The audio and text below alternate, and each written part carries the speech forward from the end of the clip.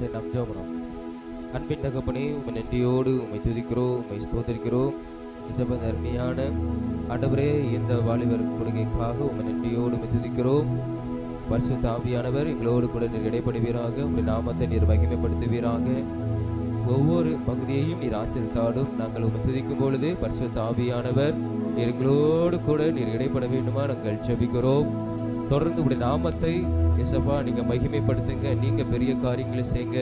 உம்முடைய நடத்துதலுக்கு ஒப்பு கொடுக்கிறோம். எல்லா சத்துருவின் கிரியைகள் தடைகள் இயேசுவின் நாமத்தினால அகன்று போகட்டும். ஒவ்வொரு பிள்ளைகளையும் கர்த்தர் நீர் அழைத்துக் கொண்டு வாரும். தெய்வீக பிரசன்னம் இடத்தை ஆளுகை செய்வதாக. எல்லாவற்றையும் உடைய கரங்களை ஒப்பு கொடுக்கிறோம். இயேசுவின் மூலம் ஜெபிக்கிறோம் நல்ல பிதாவே, ஆமென், ஆமென், ஆமென். வெற்றி கொடி பிடித்திடுவோம், நாம் வீர நடை நடந்திடுவோம் என்கிற பாடலை பாடுவோம். வெற்றி கொடி பிடித்திடுவோம், நாம் வீர நடை நடந்திடுவோம்.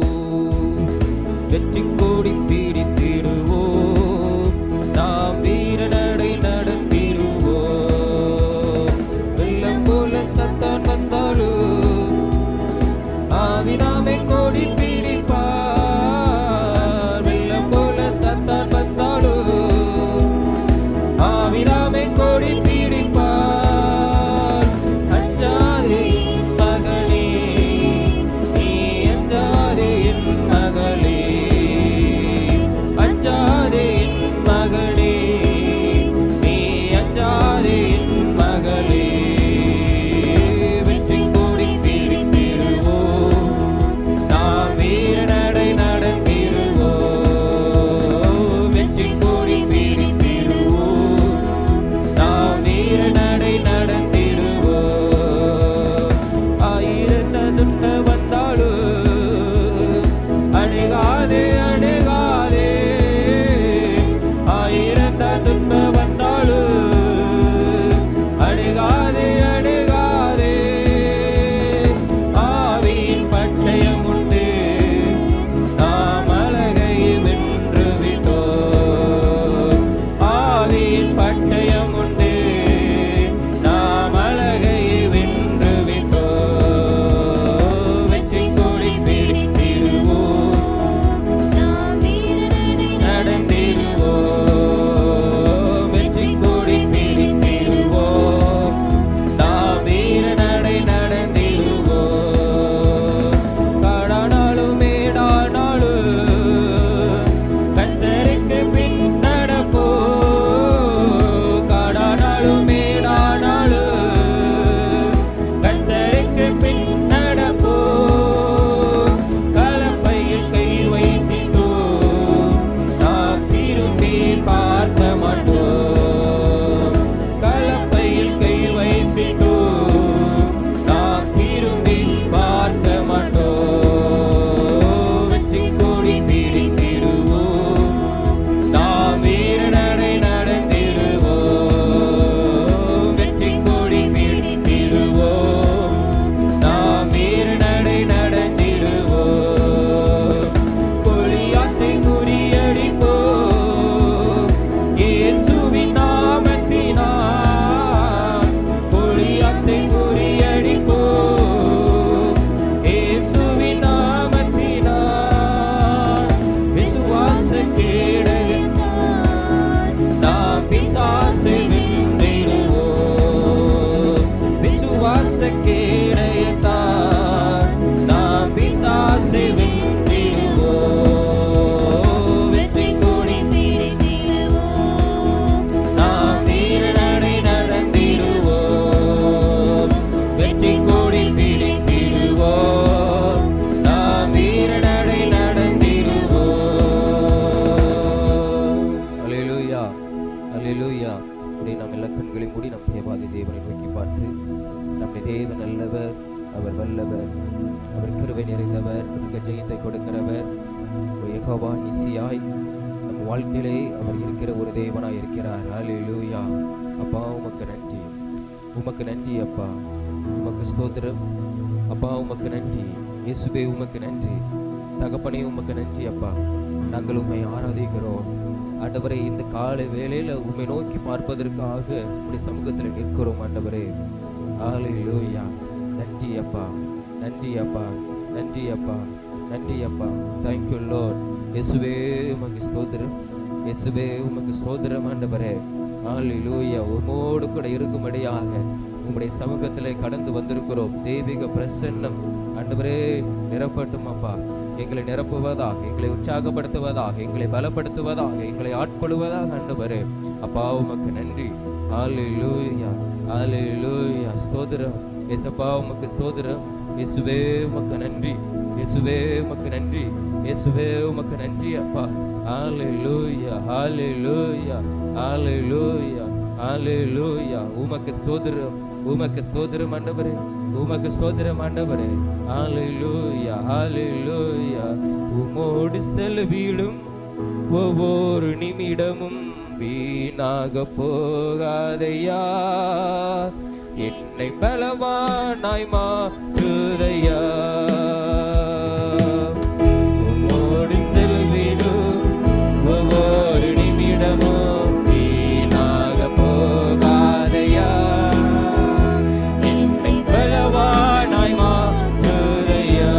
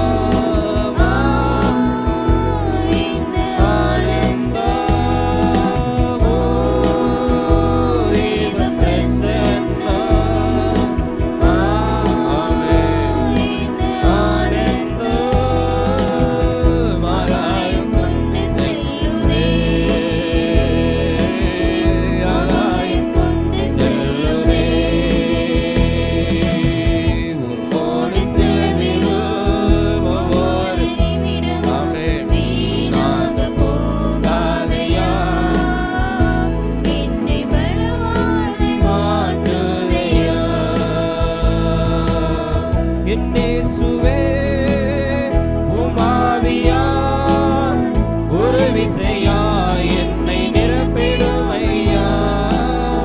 என் இயேசுவே உமாவியார் ஒரு விசையாய் என்னை நிரப்பிடும் ஐயா. உலகத்திலே உமக்காக நான் உயிருள்ள நாள் வரையில் உழைக்கணும் ஐயா. உலகத்திலே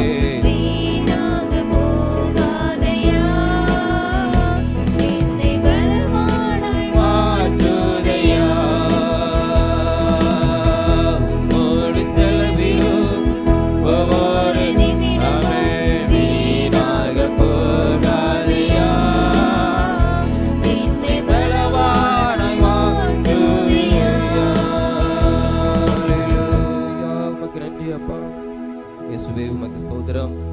ஆண்டவரே உமக்கு நன்றி. உங்களுடைய சமூகத்திலே எங்களுக்கு நல்ல ஒரு பலன், ஆரோக்கியம். ஆண்டவரே ஸ்தோத்திரம்.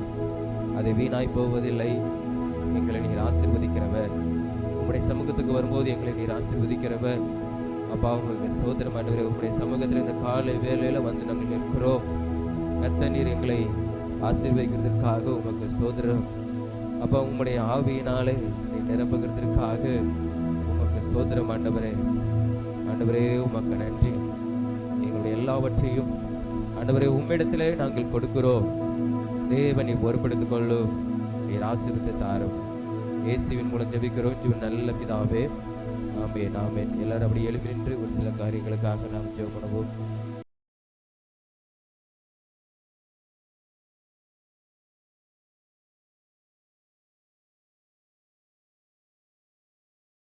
நாம் எல்லாரும் அப்படியே நம்ம ஜெபம் பண்ணுவோம். முதலாவதாக ஸ்தோத்திரம். நம்முடைய தேசத்திற்காக நம்ம ஜெபம் பண்ண போகிறோம்.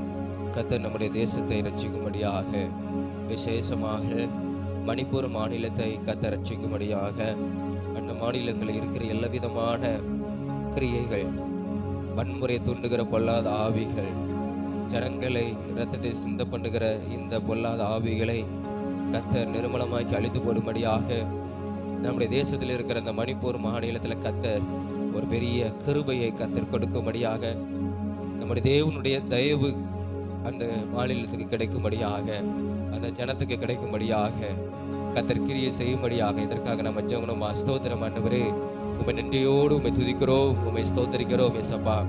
ஆண்டவரே இந்த காலை வேளையில் ஆண்டவரே விசேஷமாக எங்களுடைய தேசத்தில் இருக்கிற மணிப்பூர் மாநிலத்துக்காக நாங்கள் ஜெபிக்கிறோம். அந்த ஜனத்துக்காக நாங்கள் ஜெபிக்கிறோம். ஆண்டவரே உமக்கு ஸ்தோத்திரம் அப்பா. ஆண்டவரே அங்கே உம்மால் தெரிந்து கொள்ளப்பட்ட ஜனங்கள் இருக்கிறாங்க. ஆண்டவரே அந்த ஜனங்களுடைய பாதுகாப்புக்காக நாங்கள் ஜெபிக்கிறோம். ஆண்டவரே அந்த மாநிலத்தில் ஆண்டவரே வன்முறையை தூண்டுகிற எல்லா விதமான பொல்லாத கிரியைகள் அழிக்கப்படட்டும் ஆண்டவரே. ஆண்டவரே மனுஷிக ஆவிகள் அழிக்கப்படட்டும் ஆண்டவரே. ஆண்டவரே அரசியல் ஆதாயங்கள் இயேசுவின் நாமத்தினால் அழிக்கப்படட்டும் ஆண்டவரே. அப்பா உமக்கு ஸ்தோத்திரம் ஆண்டவரே. கர்த்தர் அந்த ஜனங்களுக்குள்ளே ஒரு சமாதானத்தை கட்டளையிடுங்கப்பா ஆண்டவரே. எல்லா விதமான வெறுப்புணர்வுகள் ஒவ்வொரு ஜனத்தை விட்டு அகன்று போகட்டும். பகைகள் ஒவ்வொரு ஜனத்தை விட்டு அகன்று போகட்டும் ஆண்டவரே. ஜனங்களை பிரிக்க நினைக்கிற பொல்லாத சத்ருவின் கிரியைகள் இயேசுவின் நாமத்தினாலே அழிக்கப்பட வேண்டும் நாங்கள் ஜெபிக்கிறோம்.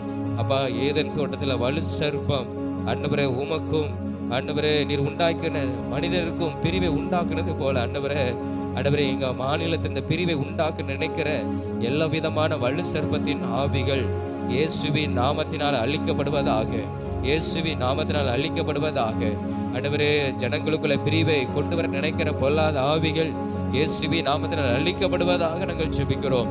வன்முறை தூண்டுகிற ஆவிகளை கர்த்தர் நீர் அழித்து போடுவீராக, நீர் அழித்து போடுவீராக. அப்பா உமக்கு ஸ்தோத்திரம் இயேசப்பா, உமக்கு ஸ்தோத்திரம் இயேசப்பா, உமக்கு ஸ்தோத்திரம். அந்த ஜனத்தை கர்த்தர் நீங்க பாதுகாத்துக் கொள்ளுங்கப்பா. அந்த மணிப்பூர் மாநிலத்தில் இருக்கிற ஜனத்தை கர்த்தர் நீர் பாதுகாத்துக் கொள்ளுங்க ஆண்டவரே. ரத்தம் சிந்தப்படக்கூடாது ஆண்டவரே. ஆண்டவரே ஸ்தோத்திரம். இந்த மாநிலத்துக்காக கர்த்தர் நீர் தயவாய் நீர் மனம் இறங்க வேண்டுமா நாங்கள் ஜெபிக்கிறோம். நீர் மனஸ்தாபப்படுகிற தேவன். அந்த மாநிலத்தில் இருக்கிற ஆண்டவரே ஜனங்களுக்காக நீர் மனம் இறங்கி அப்பா ஒரு அற்புதத்தை கர்த்தர் செய்யுங்க ஆண்டவரே. அப்பா உமக்கு ஸ்தோத்திரம், அப்பா உமக்கு ஸ்தோத்திரம். அது மாத்திரமில்லை, அரசாங்கத்தோடு கர்த்தர் கிரியை செய்யுங்கப்பா ஆண்டவரே. ஹல்லேலூயா ஸ்தோத்திரம் ஆண்டவரே. கர்த்தாவே உமக்கு ஸ்தோத்திரம். அரசாங்கத்தோடு கர்த்தர் நீர் கிரியை செய்ய வேண்டுமா நாங்கள் ஜெபிக்கிறோம். அப்பா உமக்கு ஸ்தோத்திரம் ஆண்டவரே. அது உம்முடைய ஜனங்கள் ஆண்டவரே ஸ்தோத்திரம். மனிதர்கள் உம்மால் ஆண்டவரே உருவாக்கப்பட்ட ஜனங்கள் ஆண்டவரே. கர்த்தாவே அந்த ஜனத்தை நீர் பாதுகாத்துக் கொள்ள வேண்டுமா நாங்கள் ஜெபிக்கிறோம்.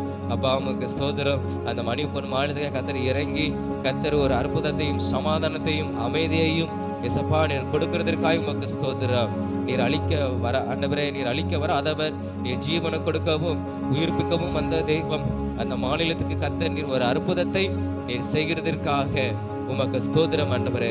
எந்த விதமான வன்முறைகள் கலவரங்கள் எதுவும் வராதவாறு கர்த்தர் அந்த மாநிலத்தை நீர் பாதுகாத்து நீர் ஆசீர்வதிக்க வேண்டுமா நாங்கள் ஜெபிக்கிறோம். உம்முடைய கரத்தில் ஒப்பு கொடுக்கிறோம் ஆண்டவரே. இனி எந்த காரியங்களும் தீமைகளும் ஆண்டவரே வராதவாறு கர்த்தர் அந்த மாநிலத்துக்கு உம்முடைய தூதரை அனுப்பி காத்துக் கொள்ளும். உம்முடைய நாமத்தை மகிமைப்படுத்தும் ஜனங்களை பாதுகாத்துக் கொள்ளும்.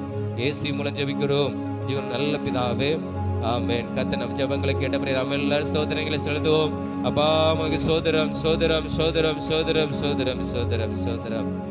தொடர்ந்து நம்முடைய தேசத்தில் ஸ்தோத்திரம் ஆளுகை செய்கிற ஒவ்வொரு தலைவர்களை தேவன் சந்திக்கும்படியாக ரட்சிக்கும்படியாக அரசியல்வாதிகள் இயேசுவை அறிந்து கொள்ளும்படியாக கர்த்தர் உதவி செய்யும்படியாக நாம் எல்லாரும் ஜெபமா. ஸ்தோத்திரம் ஆண்டவரே, உமக்கு நன்றி இயேசப்பா. இந்த நேரத்தில் இந்த காலை வேளையில் ஆண்டவரே எங்கள் தேசத்தை ஆளுகை செய்கிற ஒவ்வொரு தலைவர்களுக்காக, பிரதமர், குடியரசுத் தலைவர், ஒவ்வொரு முதலமைச்சர், எம்பி, எம்எல்ஏகளுக்காக நாங்கள் ஜெபிக்கிறோம் ஆண்டவரே. உம்மால் தெரிந்து கொள்ளப்பட்ட ஆண்டவரே அதிகாரத்தில் இருக்கிறவர்கள் ஆண்டவரே அவர்கள் இயேசுவை சொந்த ரட்சகராக ஏற்றுக்கொள்ள கர்த்தர் உதவி செய்யும் ஆண்டவரே. சத்துருவின் கிரிகள் அழிக்கப்படுவதாக ஆண்டவரே. ஸ்தோத்திரம். கர்த்தர் நீர் அவர்களை ஆளுகை செய்ய வேண்டுமா நாங்கள் ஜெபிக்கிறோம் ஆண்டவரே. ஸ்தோத்திரம் ஆண்டவரே.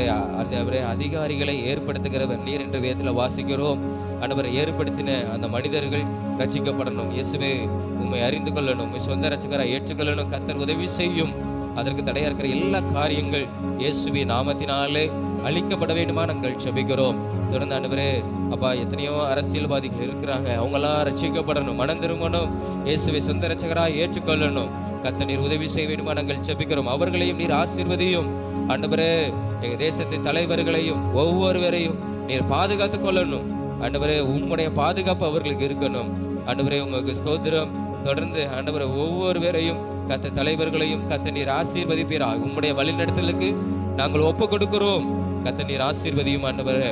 அப்பா ஸ்தோத்திரம். அவங்களுக்கு கொடுக்கப்பட்ட பொறுப்புல ஆண்டவரே உண்மையோடு இந்த தேசத்திற்கு பணியாற்ற, இந்த தேசத்தின் ஜனங்களுக்கு ஆண்டவரே நன்மையான காரியங்களை அவர்கள் செய்ய கர்த்தர் நீர் உதவி செய்வீராக. எங்களுடைய தேசம் ஆண்டவரே, நாங்கள் வாழ்கிற இந்த தேசம் ஆசீர்வதிக்கப்படட்டும். சமாதானமாய் நாங்கள் வாழ்வதற்கு எங்க தேசம் கர்த்தர் நீர் உதவி செய்யும். எங்க தேசத்திற்கு நீர் ஆண்டவரை அனுக்கிரகம் பாராட்டும். உங்களுடைய கிருபையை கர்த்தர் நீர் வைப்பீராக. தொடர்ந்து உங்களுடைய நாமத்தை நீர் உயர்த்தும். இயேசு மூலம் ஜெபிக்கிறோம் ஜீவன நல்ல பிதாவே, ஆமென். கர்த்தர் நம் ஜெபங்களை கேட்டபடி நாம் எல்லா ஸ்தோத்திரங்களை செலுத்துவோமா. அப்பா உமக்கு நன்றி நன்றி நன்றி நன்றி நன்றி ஆண்டவரே, நன்றி ஆண்டவரே, நன்றி ஆண்டவரே. தொடர்ந்து நம்முடைய ஊழியத்துக்காக நம்ம ஜெபம். கர்த்தர் நம்முடைய ஊழியங்களை ஆசீர்வதிக்கும்படியாக ஸ்தோத்திரம். நம்ம இன்று நடைபெறுகிற கிராம ஊழியங்களை கர்த்தர் ஆசீர்வதிக்கும்படியாக மாலை நடக்கிற சண்டே கிளாஸ் ஊழியங்களை 3 இடங்களில் நடக்கிற சண்டே கிளாஸ் ஊழியத்தை கர்த்தர் ஆசீர்வதிக்கும்படியாக இதற்காக நம்ம ஜெபமா. ஸ்தோத்திரம். கர்த்தர் இந்த ஊழியங்கள் மூலமாய் பெரிய காரியங்களை கர்த்தர் செய்யும்படியாக. ஹல்லேலூயா. அப்பா உமக்கு ஸ்தோத்திரம். கர்த்தர் இந்த ஊழியத்தின் மூலமாய் பெரிய பெரிய காரியங்களை கர்த்தர் செய்வீராக. அநேக அற்புதங்களையும் அடையாளங்களையும் செய்கிற தேவன் தொடர்ந்து இந்த ஊழியங்களில் நீர் செய்வீராக. அப்பா ஸ்தோத்திரம் ஆண்டவரே. நீர் ஆண்டவர் இந்த உலகத்தில் இருக்கும்போது செய்த அற்புதங்கள் ஆண்டவரே, நாங்கள் ஆண்டவரே இந்த ஊழியத்தின் மூலமாக நீர் இருந்து நீர் அற்புதங்களை செய்வீராக. நீர் ஆண்டவரே வார்த்தையினால் அற்புதங்களை செய்தவர். ஆண்டவரே தொட்டு அற்புதங்களை செய்தவர். ஆண்டவரே சோதரம், அந்த வல்லமைகள் ஆண்டவரே, அந்த கிரியைகள் இந்த ஊழியத்துல ஆண்டவரே, இந்த ஊழியத்தின் மூலமாய் நடக்கணும். அநேக ஜனங்களுடைய வாழ்க்கையில நடக்கணும். கர்த்தர் கிரியை செய்ய வேண்டுமா நாங்கள் ஜெபிக்கிறோம். விசேஷமாக ஆண்டவரே கிராம ஊழியங்களுக்காக இன்று கடந்து போகிற கிராம ஊழியங்களில கர்த்தர் நீர் கிரியை செய்வீராக. அற்புதம் நடக்கணும் நாங்கள் ஜெபிக்கிறோம். அதிசயம் நடக்கணும் நாங்கள் ஜெபிக்கிறோம். ஆண்டவரே ஸ்தோத்திரம். கக்கரமட்டி கிராமத்துக்காக நாங்கள் ஜெபிக்கிறோம். தெற்காவரங்காடு கிராமங்களுக்காக ஜெபிக்கிறோம். இன்று கடந்து போகிற கிராமங்களில கர்த்தர் நீர் கிரியை செய்யணும். எங்களுக்கு முன்பாய் தூதரை அனுப்பும். பரிசுத்த ஆவியான கிராமங்களை நீர் ஆளுகை செய்ய வேண்டுமா நாங்கள் ஜெபிக்கிறோம். தடைகள் எதிர்ப்புகள் இயேசுவின் நாமத்தினால இந்த கால வேளையில மாறுவதாக. ஆண்டவர் இயற்கை எல்லாவற்றையும் தேவன் அனுகூலமாக்கி தர வேண்டுமா நாங்கள் ஜெபிக்கிறோம். நாங்கள் சந்திக்கிற, நாங்கள் வீடுகளுக்கு கடந்து சென்று ஜெபிக்கிற எல்லா குடும்பங்களிலும் ஆண்டவரே அற்புதம் நடக்கணும். ரட்சிக்கப்படணும். மனம் திரும்புதல் உண்டாகணும். ஆண்டவரே உமக்கு ஸ்தோத்திரம். ஆண்டவரே உமக்கு ஸ்தோத்திரம். அப்பா, ஒரு யோனாவை அனுப்பி ஆண்டவரே நினிவேயை ஆண்டவரே ஸ்தோத்திரம் நீர் ஆண்டவரே மனம் திரும்ப பண்ணின தெய்வம். ஆண்டவரே நாங்கள் கடந்து போகிற இந்த கிராமங்களில் ஒரு ரட்சிப்பு மனம் திரும்புதல் உண்டாவதாக நாங்கள் ஜெபிக்கிறோம். பரிசுத்த ஆவியானவரை கிரியை செய்யும். ஆண்டவரே போக்கில வரத்திலும் உங்களுடைய பாதுகாப்பு இருக்கட்டும். வாகனத்துல டூ வீலர்ல எங்களோடு கூட கர்த்தருடைய பாதுகாப்பு வருவதாக. தூதர்கள் எங்களை பாதுகாத்துக்கள் வரலாக. நாங்கள் இறங்கி உள்ளே கடந்து போகும்போது தெய்வீக பிரசன்ன மகிமை எங்களை மூடிக்கொள்ள வேண்டுமா நாங்கள் ஜெபிக்கிறோம். ஒவ்வொரு பிள்ளைகளும் மூடிக்கொள்ள வேண்டுமா நாங்கள் ஜெபிக்கிறோம். சாதாரண மனிதர்கள் நாங்கள். எங்களை கொண்டு கர்த்தர் பிரயோஜனப்படுத்தி பெரிய பெரிய காரியங்களும் அற்புதங்களையும் எங்களை ஒவ்வொருவரை கொண்டு கர்த்தர் செய்கிறதுக்காக உமக்கு ஸ்தோத்திரம். ஆண்டவரே, அது மாத்திரமில்ல, மாலை நடக்கிற 3 சிறுவர் ஊழியங்களையும் கர்த்தர் நீர் ஆசீர்வதிக்க வேண்டுமா நாங்கள் ஜெபிக்கிறோம். பிள்ளைகளை கர்த்தர் வல்லமை எடுத்து பயன்படுத்தும். அநேக பிள்ளைகள் உமக்கென்று வாழ்வதற்கு கர்த்தர் உதவி செய்யும். கீழ்ப்படிதலோடு, அமைதலோடு, ஒழுக்கத்தோடு ஆண்டவரே வாழ்வதற்கு கர்த்தர் நீ உதவி செய்யணும். அப்பா உமக்கு ஸ்தோத்திரம். 3 ஆண்டவரே இடங்களிலும் ஆண்டவர் கிராமங்கள் நடக்கிற அந்த சிறுவர் ஊழியங்கள் அநேக பிள்ளைகள் கடந்து வருவதற்கு கர்த்தர் நீர் உதவி செய்ய வேண்டுமா நாங்கள் ஜெபிக்கிறோம். நீர் பெரிய காரியங்களை செய்யும். உடைய நாமத்தை மகிமைப்படுத்தும். இந்த ஊழியங்களை கர்த்தர் நீர் ஆசீர்வதியும். அதை நாங்கள் உம்முடைய கரத்துல நாங்கள் ஒப்பு கொடுக்கிறோம். ஆண்டவரே நீங்க பொறுப்படுத்திக் கொள்ளும். பெரிய காரியங்களை செய்யும். இயேசு மூலம் ஜெபிக்கிறோம் ஜீவன் நல்ல பிதாவே, ஆமென். கர்த்தர் நம்ம ஜெபங்களை கேட்டபடி நாம் எல்லாரும் சோதரங்களை செலுத்துவோம். அப்பா உமக்கு சோதரம் சோதரம் சோதரம் சோதரம் சோதரம் சோதரம் சோதரம். அன்பின் தகப்பனே, உம்மை நன்றியோடு உம்மை துதிக்கிறோம், உம்மை ஸ்தோத்திரிக்கிறோம். அருமையான இந்த காலவேளைக்காக உமக்கு ஸ்தோத்திரம். ஆண்டவரே, இந்த ஜெபத்தை நாங்கள் உம்முடைய சமூகத்தில் வைத்திருக்கிறோம். நீங்கள் கேட்டிருக்கிறீங்க. விண்ணப்பத்தை கேட்கிறவர், நீர் பதில் கொடுக்கிறவர். நீர் பதில் கொடுத்து உம்முடைய நாமத்தை நீர் மகிமைப்படுத்த பெரிய காரியங்களை செய்யும். இயேசு மூலம் ஜெபிக்கிறோம் ஜீவன் நல்ல பிதாவே, ஆமென் ஆமென் ஆமென். நாம் எல்லாரும் உட்காருவோம்.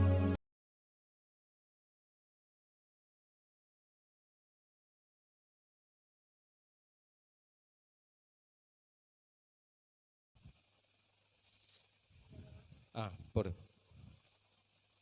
ஃபர்ஸ்ட் உள்ளது ஒரு ஊரின் பெயர், ஒரு ஊருடைய பெயர்.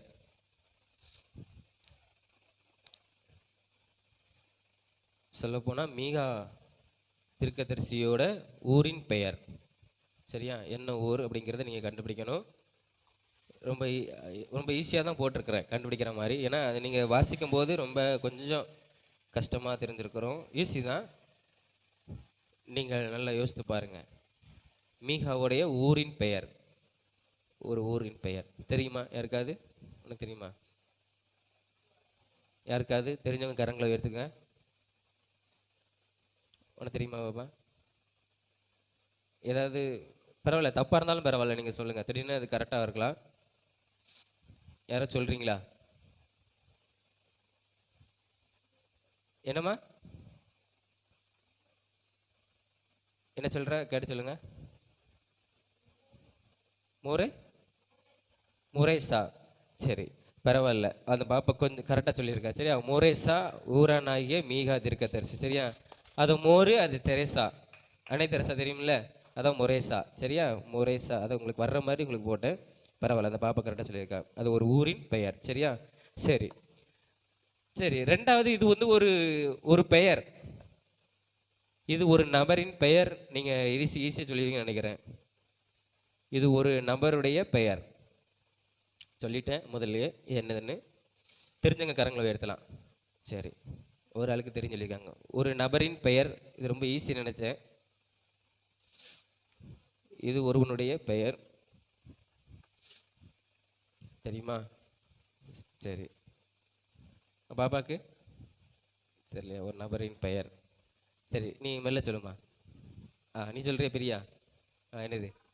சரி, யாக்கோபு. பரவாயில்ல, அவளும் கை தூக்குனா நான் பிரியாவும். சரி, பரவாயில்ல. யாக்கோபு சரியா? அது இக் கோ பூ சரியா? பரவாயில்ல, யாக்கோபு. இதில் வாசித்திருப்போம், நான் உங்களுக்கு ஈஸியாக இருக்கட்டும் சொல்லி போட்டேன். சரி, அடுத்து கேள்வி பதில். இப்போ தான் நீங்கள் கரெக்டாக நீங்கள் சொல்லணும். எலும்புகள் மேல் இருக்கிற அவர்களுடைய டேஸை பிடுங்கினார்கள். சரியா?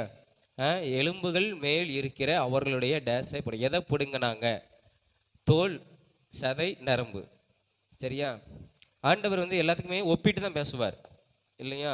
ஒவ்வொரு காரியத்தையும் நீங்கள் இப்படி நீங்கள் இருந்தீங்க, இஸ்ரவேல் ஜனங்களை நான் ஒப்பு கொடுத்தேன், அவங்க இப்படி செஞ்சாங்க. ஆண்டவர் ஒவ்வொரு காரியத்தையும் இயேசு கிறிஸ்துவ ஒவ்வொருமே நிறைய காரியங்கள் சொல்லியிருக்காரு. அதே மாதிரி தான் ஒவ்வொன்றும் ஒப்பிட்டு என்ன செய்வார்? சொல்லுவார். சரியா? அதில் ஒரு எலும்புகள் மேல் இருக்கிற அவர்களுடைய டேஸை பிடுங்கினார்கள். எதை பிடுங்கினாங்க? தோலை பிடுங்கினாங்களா, சதையவா, நரம்ப? இல்லை தெரிஞ்சவங்க எதாவது தெரியுமா? தோலை பிடுங்கினாங்க, கரங்களை உயர்த்துங்க பார்ப்போம். தோலை தான் பிடுங்கினாங்க. சரி, சதையை பிடுங்கினாங்க. சரி, நரம்பு பிரிச்சு இல்லையா? என்னது ஃபஸ்ட்டு ஒன்றா? தோலை பிடுங்கினாங்க. சரி சரி சரி, பொதுவாக நம்ம எலும்புகளுக்கு மேலே என்ன இருக்குது? சதை இருக்குது. ஆனால் நீ என்ன சொன்ன? தோல் சொன்னியா? சரி, ஏன்னா எலும்புகள் மேலே என்னது? சதை இருக்குது இல்லையா? மனுஷனுடைய இதை பார்த்தது கிடையாது, ஆட்டை வெட்டும் போது பார்த்துருக்குறோம். என்ன சரி, நரம்பும் இருக்கதான் செய்யுது. என்ன அது தோல்லேருந்து பார்க்கும்போது கொஞ்சம் தெரியும். ஆனால் வேதத்தில் என்ன சொல்லப்பட்டிருக்குன்னா, சதையை என்ன செஞ்சாங்களாம்? பிடுங்கினாங்களாம். சரியா? அவங்க 2 பேர். சரி, கரங்களை தட்டிக்கோங்க. சதையை பிடுங்கினாங்க. 3ஆம் அதிகாரம் மீகா 3:2 வாசிக்கிறோம். சதையை என்ன செஞ்சாங்களாம்? பிடுங்கினாங்க. சரியா? சரி, 4வது, சீயோனிலிருந்து எது வெளிப்படும்? அதாவது சீயோனிலிருந்து என்ன வெளிப்படும்? அது ஒரு நகரம். சரியா? சீயோனுங்கிறது கர்த்தர் வாசம் பண்ணுகிற ஒரு இடம். சீயோனிலிருந்து எது வெளிப்படும்? வேதம். வேதம்னு என்னது? ஆமாம், பைபிள், முழு பைபிள். கர்த்தருடைய வசனம், கர்த்தருடைய சத்தம். சரியா? இதில் வந்து எல்லாம் ஒன்று தான். ஆனால் நான் வந்து இந்த வசனத்தின்படி என்ன வார்த்தை, அது நீங்கள் சரியாக சொல்லணும். சீயோனிலிருந்து எது வெளிப்படும்? வேதம், கர்த்தருடைய வசனம், கர்த்தருடைய சத்தம். இது நீங்கள் எதை சொல்கிறீங்க? சீயோனிலிருந்து வேதம் வெளிப்படும் அப்படின்னு சொல்கிறவங்க கரங்களை உயர்த்துங்க. சீயோனிலிருந்து வேதம். சரி, கர்த்தருடைய வசனம் வெளிப்படும். சரி, கர்த்தரின் சத்தம் யாராவது இருக்கீங்களா? கர்த்தரின் சத்தம் சொல்கிறேன். சரி, இது என்ன வெளிப்படும்னா, சீயோனிலிருந்து கர்த்தருடைய வேதம். சரியா? வேதத்துக்கு நீங்கள் யாருமே கரங்களை உயர்த்தலை நினைக்கிறேன். என்ன 4:2 வாசிக்கிறோம். ஏன்னா கர்த்தருடைய வசனமும் ஒன்று வெளிப்படும் சொல்லியிருந்தது. எங்கன்னா வாசித்துறேன். சியோனிலிருந்து வேதமும், எருசலேமிலிருந்து கர்த்தருடைய வசனமும் என்ன செய்யும்? வெளிப்படும் சொல்லியிருக்கு. சரியா? சியோனிலிருந்து வேதம், கர்த்தர் வாசம் பண்ணுகிற இடம். சரி, பரவாயில்ல. 5வது கடைசி, இது ரொம்ப முக்கியமான ஒரு காரியம். எது யூதாவில் உள்ள ஆயிரங்களுக்குள்ள சிறியதாக இருந்தது? அதாவது யூதாவின் தேசம், அந்த தேசத்தில் 1000 பட்டணங்கள் இருக்கலாம். அதில் எது சிறியதாக இருந்தது? 1000ங்களுக்குள்ளே சிறியதாக இருந்தது. ஒரு முக்கியமான ஒரு வசனம். பெத்லகேம் அப்படிங்கிற ஒரு ஊர், சீயோனுங்கிற ஊர், எருசலேம். இது எது வந்து யூதா தேசத்தில் 1000ங்களுக்குள்ள சிறியதாக இருந்தது? எந்த பட்டணம், எந்த ஊர்? பெத்லகேம் அப்படிங்கிற கரங்களை உயர்த்துங்க. பெத்லகேம். சரி, சீயோன், எருசலேம். 1000ங்களுக்குள்ள. நீ என்ன எருசலேமா? சீயோன். சரி, சீயோன் தூக்கி இருக்க. சரி, இதுக்கு முக்கியமாக என்ன காரியம்னு சொன்னேன், முக்கியமான ஒரு இதுன்னு. இது என்னன்னா, பதில் வந்து பெத்லகேம். சரியா? இயேசு பிறந்த ஊர் பெத்லகேம். நீங்கள் வாசிச்சிருப்பீங்க இல்லையா? வாசிக்கலையா? நீங்கள் பெத்லகேம் எதில் இது தீர்க்க தரிசனமான ஒரு வார்த்தை. இந்த அதிகாரம் 5ஆம் அதிகாரம் வந்து ஒரு தீர்க்க தரிசனமான வார்த்தை. இயேசுவின் பிறப்பு குறித்து சொல்லப்பட்டிருக்கு. அப்பவுமே பல நூற்றாண்டு ஆண்டுகளுக்கு முன்பாகவே இந்த மீகா வந்து தீர்க்க தரிசனம் சொல்லிட்டா. இயேசு கிறிஸ்து யூதா தேசத்தில் மிகவும் சிறியதாக எண்ணப்பட்ட பெத்லகேம் அப்படிங்கிற ஒரு சின்ன ஊரில் ஆமாம், அதான் ஆயிரங்களுக்குள்ள சிறியதான ஊருக்குள்ள அந்த பெத்லகேமில் இயேசு பிறப்பார். ஒரு இரட்சகர், இஸ்ரவேலுக்கு இரட்சகர் பிறப்பார். அவர் என்ன செய்வார்? அந்த ஜனத்தை நடத்துவார், அவர் ஆசீர்வதிப்பார், அந்த ஜனத்தை ரட்சிப்பார் அப்படின்னு சொல்லி இந்த 5ஆம் அதிகாரம் முழுவதும் வாசிக்கிறோம். அவர் சமாதானத்தின் பிரபு, அவர் நம்மை தப்புவிப்பார், அவர் ஜனங்களுக்குள்ள நடுவில் இயேசு இருப்பார், இருந்தார், எல்லாமே இருந்தார்.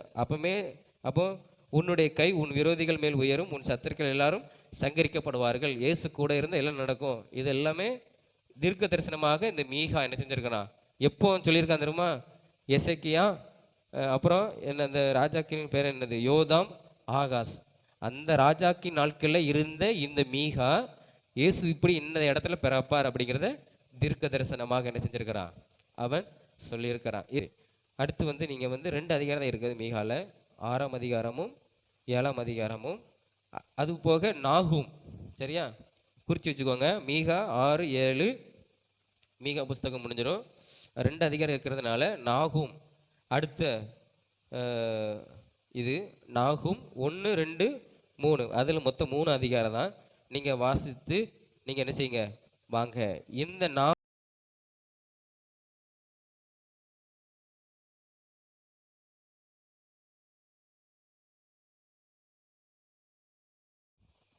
சரி,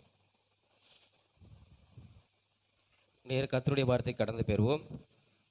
எப்படிப்பட்ட ஒரு வாழ்வு வாழ வேண்டும் அப்படிங்கிறதான ஒரு காரியம். ஒரு சங்கீதம் புஸ்தகம் 73ஆம் அதிகாரம், அந்த சங்கீதம் 73ஆம் அதிகாரம், சங்கீதம் 73. இந்த அதிகாரத்தில் 3 கூட்டம், 3 நபர்களை குறித்து சொல்லப்பட்டிருக்கிறது. 3 பேரும் ஒரு வாழ்க்கையை வாழ்ந்தார்கள். ஆனால் வேதத்தின்படி நம்ம எப்படி வாழ வேண்டும், நம்ம எப்படி வாழணும், கர்த்தர் நம்மளுக்கு உதவி செய்வார் அப்படிங்கிறத நம்ம இப்போ தியானிக்க போகிறோம். இந்த சங்கீதம் 73ஆம் அதிகாரம், இந்த அதிகாரத்தை பாடினவன் ஆசாப்பின் சங்கீதம். இந்த ஆசாப் யார் இங்கன்னா, தாவீது நாட்களில் இவன் நல்ல ஒரு பாடகன், ஆசாரியன். சரியா, முக்கியமாக பார்க்கணும், ஒரு ஆசாரியன், ஊழியக்காரன், கர்த்தருடைய ஆலயத்தில் இருக்கிற ஒரு மனுஷன். அவன் சொன்ன கர்த்தருடைய வார்த்தை. சரியா, நம்ம மேலே வாசிக்கிறோம் ஆசாப்பின் சங்கீதம் சொல்லி. சரி, இங்கே 3 நபர்கள் குறித்து சொல்லப்பட்டிருக்கு. 3 பேர் இந்த சங்கீதத்தில் 1ஆம் வசனத்திலிருந்து 28ஆம் வசனம் வரை 3 பேர் குறித்து சொல்லப்பட்டிருக்கிறது. ஆனால் நாம் 3 பேருடைய வாழ்க்கை எப்படி வாழ்ந்தாங்க அப்படி சொல்லப்பட்டிருக்கு. நாம் எப்படி வாழணும் அப்படிங்கிறத நம்ம தியானிக்க போகிறோம். சரியா, சங்கீதம் 73ஆம் அதிகாரம் 28வது வசனத்தை நாம் வாசிப்போம். 28, எனக்கோ தேவனை அண்டி கொண்டு இருப்பதே நலம், நான் உமது கிரியில் எல்லாம் சொல்லி வரும்படி கர்த்தராகிய ஆண்டவர் மேல் என் நம்பிக்கையை வைத்திருக்கிறேன் அப்படின்னு சொல்லி இந்த ஆசாப் சொல்லுகிறான். சரியா, இந்த ஆசாரியனாகிய இந்த ஆசாப் சொல்லுகிறான். அவன் சொல்லுகிறான், தேவனை அண்டி கொண்டு இருப்பதே நலம், ஆசாப் சொல்கிறான், நான் உமது கிரியில் எல்லாம், அதாவது இயேசு செய்த வேலை, இயேசு செய்த நன்மை, இயேசு செய்த அற்புதம், இயேசு செய்த அநேக அடையாளங்கள் உண்டு. அந்த அடையாளங்கள் எல்லாம் சொல்லி வரும்படி கடலை 2ஆய் பிளந்தார், எரிகோ பட்டணம் விழுந்தது, ஆயி பட்டணத்தை மேற்கொண்டார்கள், ராஜாக்களை அழித்தார்கள், ஆண்டவர் ராஜாக்களை இஸ்ரவேல் ஜனங்களுக்கு தேர்ந்தெடுத்தார். இதெல்லாம் எனது கிரியை, தேவன் செய்த கிரியைகளை நாங்கள் சொல்லி வரும்படி கர்த்தராகிய ஆண்டவர் மேல் என் நம்பிக்கையை நான் வைத்திருக்கிறேன். அவைகள்லாம் சொல்லி நான் பார்க்கும்போது கர்த்தர் எவ்வளவுப்பட்ட வல்லமையுள்ள ஒரு தெய்வம், இயேசு எப்படிப்பட்ட ஒரு நல்ல ஒரு தெய்வம் என்பதை நான் என்ன செய்கிறேன், அவரை விசுவாசிக்கிறேன், நான் நம்பிக்கை அவர் மேலே என்ன செஞ்சுக்கிறேன், வைத்திருக்கிறேன் அப்படின்னு சொல்லி இந்த ஆசாப் சொல்லுகிறான். அப்போ அந்த நம்ம 3 நபர்களை குறித்து சொல்லப்பட்டிருக்குன்னு வாசித்தோம் இல்லையா. முதலாவது ஒரு நபரை குறித்து நம்ம பார்க்க போகிறோம், துன்மார்க்கர். துன்மார்க்கருடைய வாழ்க்கை எப்படி இருந்தது? முதலாவது ஒரு கூட்டம் யாருன்னா துன்மார்க்கர். நம்மளுக்கு தெரியும், இயேசுக்கு பிரியமில்லாமல் வாழ்கிறவர்கள், தங்களுடைய மனப்போக்கில் வாழ்கிறவர்கள் இல்லையா. இந்த காலத்தின்படி நம்ம சொல்ல போனால் வீட்டில் அம்மா பேச்சை கேட்காம, அப்பா பேச்சை கேட்காம, ஆமாம், இஷ்டம் போல போதைக்கு அடிமையாக இருந்து குடித்து தகப்பனுக்கு முன்பாக பீடி குடித்து போதையை என்ன செய்கிறாங்க, பயன்படுத்தி கொண்டு அவங்களாம் என்ன செய்ய, தகப்பன் தாய்க்கு கீழ்ப்படிய முடியல, அவங்களாவும் கண்டிக்க முடியல, அந்த அளவுக்கு அவனுடைய வாழ்க்கை இருக்குது. அவனை ஏதாவது தட்டி கேட்டோம்னா அவன் என்ன செஞ்சிருவான், எதிர்த்து தகப்பனி தாயும் கூட பார்க்க மாட்டான், அடிக்க ஆரம்பிச்சிருவான். அவர்களுடைய வாழ்க்கை துன்மார்க்கமான உள்ள வாழ்க்கை. அப்படி சொல்லலாம் நம்ம வாலிப நாட்களில். நம்ம பொதுவாக நம்ம எடுத்துக்கொண்டோமானால் இயேசுக்கு பிரியமில்லாமல் வாழ்கிறவருடைய வாழ்க்கை என்னது? துன்மார்க்கமான ஒரு வாழ்க்கை. அதுதான் அந்த துன்மார்க்கர் குறித்து நம்ம பார்க்கும்போது ஒரு வசனத்தை வாசிங்க. 3ஆம் வசனம், 73ஆம் சங்கீதம் 3ஆம் வசனம் வாசிங்க. துன்மார்க்கரின் வாழ்வை நான் காண்கையில் வீம்புக்காரராகிய அவர்கள் மேல் பொறாமை கொண்டேன். யார் பொறாமை கொண்டார்? இந்த ஆசாப். அவன் நாட்களில் துன்மார்க்கமான வாழ்கிறவங்க இருந்திருக்கிறாங்க. அதான் சொல்றேன், அவங்களுடைய வாழ்வை நான் பார்க்கும்போது எனக்கு ஒரு பொறாமை வருது. எவ்வளோ அழகா வாழ்றாங்க, எவ்வளோ அழகா வாழ்றாங்க இல்லையா? அவன் பார்க்குறான், அவங்களுக்கு கர்த்தருக்கு பயப்படலை, துன்மார்க்கமாய் வாழுகிறாங்க. ஏன்னா அது கீழே நம்ம வாசிப்போம், நீங்கள் நல்லா கவனிக்கணும். 4ஆம் வசனத்திலிருந்து 9ஆம் வசனம் வரை நான் வாசிக்கிறேன், நீங்கள் நல்லா பாருங்கள் பைபிளை. 4ஆம் வசனம் வாசிக்கிறேன். அந்த துன்மார்க்கர் எப்படி வாழ்ந்தாங்களாம்? மரண பரியந்தம் அவர்களுக்கு எடுக்கன் இல்லை. அதாவது சாகிற வரைக்கும் அவங்களுக்கு எந்த விதமான பிரச்சனை இல்லை. அதுக்கப்புறம் பாருங்க, அவருடைய பலன் உறுதியா இருந்தது. அவங்களுக்கு நல்ல பலன் என்ன செஞ்சது? சாகிற வரைக்கும் அந்த துன்மார்க்கனுக்கு இருந்தது. 5ஆம் வசனம், நரர் படும் வருத்தத்தில் அகப்படார்கள். எந்த விதமான வருத்தம், முதிர் வயது வரைக்கும் எந்த விதமான, சாகிற வரைக்கும் எந்த விதமான வருத்தம் அவங்களுக்கு என்ன செய்யல, வரல. மனுஷருடையும் உபாதையை அடையார்கள். அதாவது மனுஷருக்கு வரக்கூடிய உபாதைனா, ஆமா, போராட்டம், எந்த விதமான நோயும் அவங்களுக்கு என்ன செய்யலை, அவங்களுக்கு வரலை. ஆகையால் பெருமை அவங்களுக்கு என்ன வருது? பெருமை சரப்பணியை போல் அவர்களை சுற்றி கொள்ளும், கொடுமை ஆடையை போல் அவர்களை மூடி கொண்டது. ஆமாம், பெருமையாக இருந்தாங்க. யார் என்ன பண்ண முடியும்? கொடுமை செஞ்சாங்க மற்றவங்களுக்கு. யார் என்ன செய்ய முடியாது? ஒன்றும் செய்ய முடியாது அப்படின்னு. 7ஆம் வசனத்தை பாருங்க. அவர்கள் கண்கள் கொழுப்பினால் எடுப்பாய் என்ன செஞ்சது? பார்க்குது. கொழுப்பு சில சிலங்களா பெற்றவங்க சொல்லுவாங்க, ஏதோ தப்பு பண்ணுறேன்னு அடிச்சா அப்படி நிற்கும். கொழுப்பை பேர் திமுறா பார்க்குறான். சொல்லுவாங்களே, இவ்வளோ தப்பு பண்ணிட்டு நம்ம கண்டிச்சோம்னா அவன் எப்படி பார்க்குறான்? திமுறா என்ன செய்கிறான்? பார்க்குறான். அதே மாதிரி தான் அவருடைய கண்கள் எப்படி இருக்கு? கொழுப்பாக என்ன செய்கிறாங்க. ஆமாம், யார் என்ன பண்ண முடியும்? சில கண்ணிலே பேசுவாங்க இல்லையா? நான் அப்படி தான் இருப்பேன் அப்படி சொல்லுவாங்க. ஆசிரியர்கள் சொன்னாலும், ஒழுங்காக படிப்பா, ஏன்ப்பா இப்படி நீ சேட்டை பண்ணிட்டு இருக்கேன்னா, நான் அப்படி தான் இருப்பேன், கண்ணிலே என்ன செய்வாங்க, முறைப்பாங்க. அதான் கொழுப்பாய் எடுப்பாய் பார்க்கிறது. அவர்களுடைய இருதயம் நினைக்கிறாங்க, விரும்புவதை காட்டிலும் அதிகமாக என்ன செய்யுது, நடக்குது. இப்போ அவங்க ஒரு பைக் வாங்கன்னு நினைச்சாங்கன்னா காரே வந்துடுது அவங்களுக்கு. நம்ம எக்ஸாம்பிள் சொல்கிறேன். இப்போ பைக்கு வாங்கன்னு நினைக்கிறாங்கன்னா அவங்களுக்கு என்ன வருது? கார் வாங்குவதற்கான சூழ்நிலை வருது, வாங்கிட்டாங்க. அதுதான் அவங்க இருதயத்தில் விரும்புகிறதுக்கு அதிகமாக என்ன செய்யுது? இயேசுவின் வழியை பின்பற்றாதவர்களுடைய வாழ்க்கையில் என்ன செய்யுது? நடக்குது. இயேசுக்கு பிரியமில்லாதவர்களுடைய வாழ்க்கையில் என்ன செய்யுது? நடக்குது. இந்த ஆசாப் சொல்கிறான், அவன் எங்கேருந்து சொல்லுகிறான்? ஆமாம், அதெல்லாம் நினச்சி பார்க்குறான், அவங்களுடைய வாழ்க்கை எவ்வளோ அழகாக இருக்குது அப்படின்னு. கீழே 8ஆம் வசனத்தில் பார்க்கும்போது, அவர்கள் சீர்கெட்டு போய் அகந்தையாய் கொடுமையாக என்ன செய்கிறாங்க? பேசுகிறார்கள். இருமாப்பாய் பேசுவாங்க இல்லையா? எல்லாம் கொஞ்சம் வந்துட்டுனா போதும், கொஞ்சம் பெருமை என்ன செஞ்சாங்க? ஆணவமாய் மற்றவங்களை என்ன செய்வாங்க? ஆமாம், மதிப்பை குறைப்பிட்டு இவங்க என்ன செய்வாங்க? நான் எவ்வளோ பெரிய ஆள் தெரியுமா அப்படி சொல்லி என்ன செய்வாங்க? பேசுவாங்க. நம்ம தெருவில் கூட பார்த்துருக்கோம், சில பஞ்சாயத்துக்கு அவங்க என்ன செய்வாங்க? வருவாங்க, அவங்க பெரிய ஆள். ஏதாவது சண்டைனா உடனே என்ன செய்வாங்க? இவங்க தலையிட்டு என்ன செய்வாங்க? பேசுவாங்க. கேட்டால் இவங்களுக்கு எல்லாமே என்ன செய்யுது? இருக்குது. அப்படிப்பட்ட பேச்சை என்ன செய்கிறாங்க? இருமாப்பாவையும் பேசுகிறாங்க, அகந்தையாய் கொடுமையாய் பேசுகிறாங்க. 9ஆம் வசனத்தில், தங்கள் வாய் வானம் மட்டும் எட்ட பேசுகிறார்கள், அவர்கள் நாவு பூமி எங்கும். ஆமாம், வானம் மட்டும் அப்படின்னா என்ன செய்கிறாங்க? ஆமாம், அவங்கள மாதிரி என்ன செய்ய முடியாது? பேச முடியாது. அந்த அளவுக்கு பேசுவதற்கான வாய்ப்புகள் அவங்களுக்கு இருக்குது. ஏன்னா அவங்களுக்கு எல்லாமே என்ன செய்யுது? இருக்குது. துன்மார்க்கமாய் நடக்கிறாங்க. அப்போ இப்படிப்பட்ட வாழ்க்கை யார் வாழ்கிறா? இந்த துன்மார்க்கர் வாழ்கிறாங்க. அவங்களுக்கு எல்லாமே இந்த உலகத்தில் கிடைக்குது. அதை தான் இந்த ஆசை பார்க்குறான். இவங்களாம் இப்படி அழகாக வாழ்கிறாங்களே, அதான் பொறாமை வருது அவன் மேலே. கர்த்தருக்கு பிரியமாய் வாழலை, வேதத்தை படிக்கலை, ஆலயத்துக்கு வரலை, ஜெபம் பண்ணலை, ஆனால் எல்லாமே அவங்களுக்கு என்ன செய்யுது? கிடைக்கிது. அப்போ இதை பார்த்து அவனுக்கு யாருக்கு பொறாமை வருது? இந்த ஆசாரியன் ஊழியக்காரனுக்கு பொறாமை வருது. எப்படிப்பட்ட வாழ்வு சொல்கிறாங்கல்ல, அவனுக்கு கொடுத்து வைத்தவன் எப்படிப்பட்ட செத்து போனால் கூட சொல்லுவாங்க, அவர் வயசான வரை எப்படிப்பட்ட வாழ்க்கை வாழ்ந்தார், நல்ல ராஜா மாதிரி வாழ்ந்துட்டு ராஜா மாதிரி போயிட்டாரு, உலகத்தை விட்டு போயிட்டாரு. ஆனால் அதுக்கப்புறம் ஒரு வாழ்க்கை இருக்குது. என்ன வாழ்க்கை? பரலோகத்தில் நம்ம போகணுமா வேண்டாமா? அதுதான் இந்த உலகத்தில் தீர்மானிக்கும். டெஸ்ட், பரீட்சை. ஒவ்வொரு நாளும் நம்மளுக்கு பரீட்சை. ஒவ்வொரு நாளும் நம்மளுக்கு என்னது, பரலோகத்துக்கு போவதற்கான பரீட்சை. எப்படி நம்ம 12th பாஸ் ஆனதான் காலேஜுக்கு இந்த இடத்த பிடிக்க முடியும், இந்த காலேஜில் நம்ம விரும்பின காலேஜில் இடத்த பிடிக்க முடியும். எப்படி நம்ம எக்ஸாம் எழுதுகிறோம், ஒவ்வொரு நாளும் 12th வந்தால் சும்மா கிடையாது. ஒவ்வொரு ரிவிஷன் வச்சுருவாங்க. எக்ஸாமுக்கு, பப்ளிக் எக்ஸாமுக்கு முன்னாடி 3 ரிவிஷன் முடிஞ்சிடும். அரையாண்டு, காலாண்டு, அப்புறம் எல்லாமே மந்த்லி எக்ஸாம் எல்லாமே. எதுக்கு? நீ நல்லா ஸ்கோர் பண்ணி தான் கொஞ்சம் கொஞ்சமாக. இப்போ மந்த்லியில் நீ 1 மார்க் எடுத்திருக்கேன்னா அதை விட கொஞ்சம் ஸ்கோர் பண்ணு அப்படி சொல்லுவாங்க. கொஞ்சம் கொஞ்சம் முன்னேறி வந்து என்ன செய்ய, நல்ல மார்க் எடுத்தினா நீ விரும்புகிற காலேஜில் சீட் கிடைக்கும். மெடிக்கல் காலேஜில் உனக்கு சீட் கிடைக்கும், இன்ஜினியரிங் காலேஜில் உனக்கு சீட் கிடைக்கும். சும்மா சொல்ல மாட்டாங்க. கவர்மெண்ட்டில் கிடைக்கும். கவர்மெண்ட்டில் போனால் ஃபீஸ் உனக்கு கிடையாது, ஸ்காலர்ஷிப்புக்கு உனக்கு கிடைக்கும். நல்ல மார்க் எடுத்தினா என்னது, உனக்கு நல்ல ஸ்காலர்ஷிப் கிடைக்கும், கவர்மெண்ட் காலேஜ் கிடைக்கும், ஃபீஸு கம்மி, நீ ஈஸியாக 4 வருஷம் என்ன செஞ்சிடலாம், நீ படிச்சிடலாம். எதுக்கு? டெஸ்ட்டு.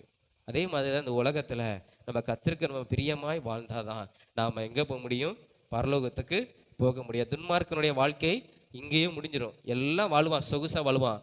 ஆனால் அவன் மரணம் அடைந்த நிமிடம் அவனுடைய வாழ்க்கை, அவனுடைய ஆத்துமா எங்கே போகுதுன்னா நரகத்துக்கு போகுது, நரகத்துக்கு போகுது. அப்போ நம்ம துன்மார்க்கமான வாழ்க்கை இந்த பூமியில் வாழலாம், ஆனால் வாழ்ந்தோமானால் நம்ம நரகத்துக்கு போயிடுவோம். அது கர்த்தருக்கு பிரியமில்லாத வாழ்க்கை. கர்த்தருக்கு பிரியமாய் நம்ம என்ன செய்யணும், வாழணும். இந்த வாழ்க்கை நம்மளுக்கு இந்த பூமியில் வேண்டாம். அதுதான் நம்ம என்ன வாழ்க்கை நம்ம வாழணும். துன்மார்க்கருடைய வாழ்க்கை இப்படி இருக்கும், ஆசீர்வாதமாக இருக்கும். ஆனால் அவன் கர்த்தருக்கு பிரியமில்லாமல் வாழ்கிறதுனால அவன் எங்கே போக முடியாது, பரலோகத்துக்கு போக முடியாது. அவன் நரகத்துக்கு தான் என்ன செய்வான், போவான். அப்போ இந்த வாழ்க்கை நம்மளுக்கு என்ன செய்ய வேண்டாம், நம்மளுக்கு வேண்டாம். அந்த 18ஆம் வசனமும் 19ஆம் 20 வரை வாசிங்க. அந்த சங்கீதத்தில் 18, 19, 20 வாசிங்க. நிச்சயமாகவே நீர் அவர்களைனா துன்மார்க்கரை சற்கலான இடங்களில் நிறுத்தி பாலான இடங்களில் விழ பண்ணுகிறீர். துன்மார்க்கர் ஒரு நிமிஷத்தில் எவ்வளவு பாலாய் போகிறார்கள், பயங்கரங்களால் அழிந்து நிர்மூலமாகுகிறார்கள். ஆமா, நித்திரை தெளிந்த உடனே சொப்பனம் ஒளிவது போல் ஆண்டவரே நீர் விழிக்கும் போது அவர் வேஷத்தை இகழுவீர். அதாவது என்ன சொல்லுதுன்னா, அவங்களுடைய வாழ்க்கை நிலை இல்லாதது, துன்மார்க்குடைய வாழ்க்கை நிலை இல்லாதது. இந்த பூமியில கூட அவங்க துன்பத்தை அனுபவிக்குமான வாழ்க்கை வந்துடும் சிலவங்களுக்கு. சிலவங்க நம்ம நினைக்கிறோம் நல்ல மரணம் பரியந்தமும் எந்த கொடுமை வராது, ஆனால் நரகத்தில் கொடுமை அனுபவிப்பாங்க. ஆனால் இங்கே சொல்லப்பட்டிருக்குது அவங்களுடைய வாழ்க்கை நிலையானது, சர்க்கிள் போல ஆண்டு வழுக்கி விட்டுருவார்.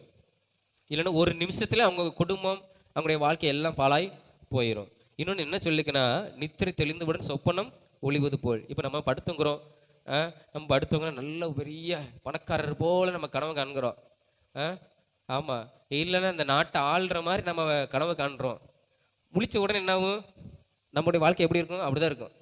காலையில் எஞ்சி பல்லு தேய்ச்சி குளிச்சு கிளம்பி நம்ம போகிற போராட்டங்கள் தான் இருக்கும். ஆனால் கனவுல என்ன, ஆமாம் சிலவங்க தூக்கத்தை விரும்பாங்க. கொஞ்சம் கூட தூங்க வர மாட்டேங்கிங்க. தூங்கினா கொஞ்சம் அதுலையாவது நான் நிம்மதியாக என்ன செய்வேன், இருப்பேன்.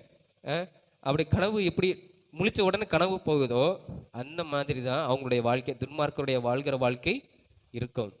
இப்போ நம்ம லெபனான் நாட்டை குறித்து நம்ம பார்க்கும்போது இஸ்ரவேலுக்கும் லெபனானுக்கும் சண்டையில் இப்போ போர் நிறுத்தம் பண்ணியிருக்கிறாங்க. லெபனான் பக்கம் நாட்டில் இப்போ போர் நிறுத்தம் பண்ணியிருக்காங்க. அதனால அந்த எந்த இடத்த விட்டு இந்த ஜனங்கள் போர் நடக்கும்போது ஜனங்கள் பாதுகாப்பாக போயிருப்பாங்கல்ல, போனவங்க மீண்டும் அந்த இடத்துக்கு வராங்க. அவங்க வீட்டுக்கு வரும்போது பார்க்குறாங்க பெரிய பெரிய பில்டிங்காக கட்டியிருக்கிறாங்க. அது எல்லாமே எப்படி இருக்குது, தரமட்டமாக இருக்குது. அதுக்குள்ளே இருக்கிற காரில் எப்படி இருக்குது, கார் நிப்பாட்டி, இப்போ கார்லாம் என்ன செஞ்சுட்டு போயிடுச்சு பாருங்க.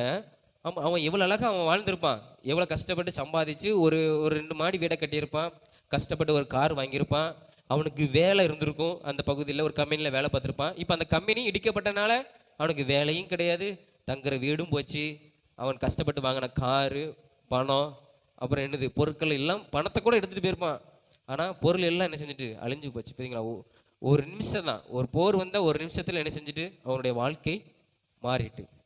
அப்போ துன்மார்க்கருடைய வாழ்க்கை அப்படிதான் இருக்கும். நல்லா வாழ்வான், திடீர்னு என்ன செஞ்சிருவான், அவனுடைய வாழ்க்கையை ஆண்டவரால் மாற்ற முடியும். அதான் பிரசங்கியில் ஒரு வசனம் வாசிக்கிறோம். சாலமன் சொல்லுகிறான், எல்லாவற்றிற்கும் ஒரு காலம் உண்டு. அதை நம்ம கடைசியாக பார்ப்போம். அப்போ துன்மார்க்கருடைய வாழ்க்கை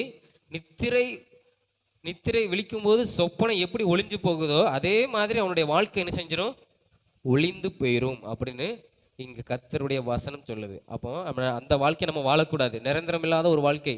நம்ம செத்து போனா கூட பரலோகத்துக்கு போகணும். அப்போ அந்த துன்மார்க்குடைய வாழ்க்கை வாழ்ந்தா நம்ம பரலோகத்துக்கு போக முடியாது. அப்ப துன்மார்க்குடைய வாழ்க்கை நமக்கு என்ன செய்ய வேண்டாம், வேண்டாம். அவர்கள் எப்படி இருக்கட்டும், நல்லா இருக்கட்டும், அவன் அவனுக்கு வேண்டியெல்லாம் கிடைக்கட்டும், அவங்க அம்மா அப்பா பேச்ச கேட்காம அவன் எவ்வளவு ஜாலியா இருக்கட்டும், துன்மார்க்காம வாழட்டும். ஆனால் அவனுடைய வாழ்க்கை நிலை இல்லாதது, சர்க்கிள் போன்றது. எப்படி ஒரு பாத்ரூம் போகும்போது தண்ணியா இருக்கும், சடக்கு நல்லா போவோம், சடக்குன்னு வலிக்கு விழுந்து கீழே விழுந்து மறிக்கிற எத்தனையோ வயதானவர்கள் இருக்கிறாங்க இல்லையா? நம்ம நினைக்கிறோம் எப்படி அந்த ஆள் போனாரு. ஒரு மெசேஜ் ஒன்று கூட பார்த்துருந்தேன். நல்லா இருக்கிற நபர் ஏன் திடீர்னு மறித்து போறாங்க படுக்கையில அப்படின்னு பார்க்கும்போது, அந்த தூக்கத்துல டக்குன்னு எந்திரிக்க கூடாதான். நம்முடைய திடீர்னு நம்மளுக்கு நம்ம பாத்ரூமுக்கு போகணும்னா எப்படின்னா, நம்ம முழித்து அப்படியே படுத்த நிலையில இருக்கணுமா. டாக்டர் சொன்ன அறிவுரை, படுத்த நிலையில நம்ம இருக்கணுமா. அதுக்கப்புறம் ஒரு 10 நிமிஷம் இருந்துட்டு அதுக்கப்புறம் எந்திரிச்சு உட்காரணுமா. ஏன்னா நம்ம தூக்கத்திலே நம்ம டக்குன்னு எந்திரிக்க கூடாதான். எந்திரிச்சோமானால் அந்த இருதயத்துல ஏதோ ஒரு பாதிப்பு ஒன்று வரும்னாங்க. அதுதான் என்ன செய்யுது, டக்குன்னு அவங்கள அடைச்சிருது. அதான் அட்டாக்கு வந்தாரு. அதான் சில சொல்லுவாங்க, தூக்கத்துல ஏன் நல்லா இருந்த மனுஷனுக்கு அட்டாக்கும் கிடையாது, ஒன்றும் கிடையாது, 1 வரல 2 வரல 3 அட்டாக்கா சிலவங்க உயிர் போவாங்க. ஆனால் இவருக்கு ஒன்றும் கிடையாது, டக்குன்னு ஏன் இறந்து போறாருன்னா, அவர் தூக்கத்தில் டக்குன்னு முழித்து விளையும் போது அந்த மூளையில் உள்ள அந்த நரம்புகள் உள்ள ரத்தம், ஏன்னா மூளை தான் நம்மளுக்கு செயல்படுது, அந்த மூளையில் நரம்பு டக்குன்னு போகும்போது அந்த ஹார்ட்டில் உள்ள இதாகி அரசாகி அவங்க என்ன செய்வாங்களாம், அட்டாக்கு வந்து என்ன செய்ய அவங்க உயிர் இழக்க அதிக வாய்ப்பு உள்ளதுன்னு ஒரு டாக்டர் அவங்க அதை ரிசர்ச் பண்ணி அவங்க இந்த ஆய்வில் சொல்லியிருக்கிறாங்க.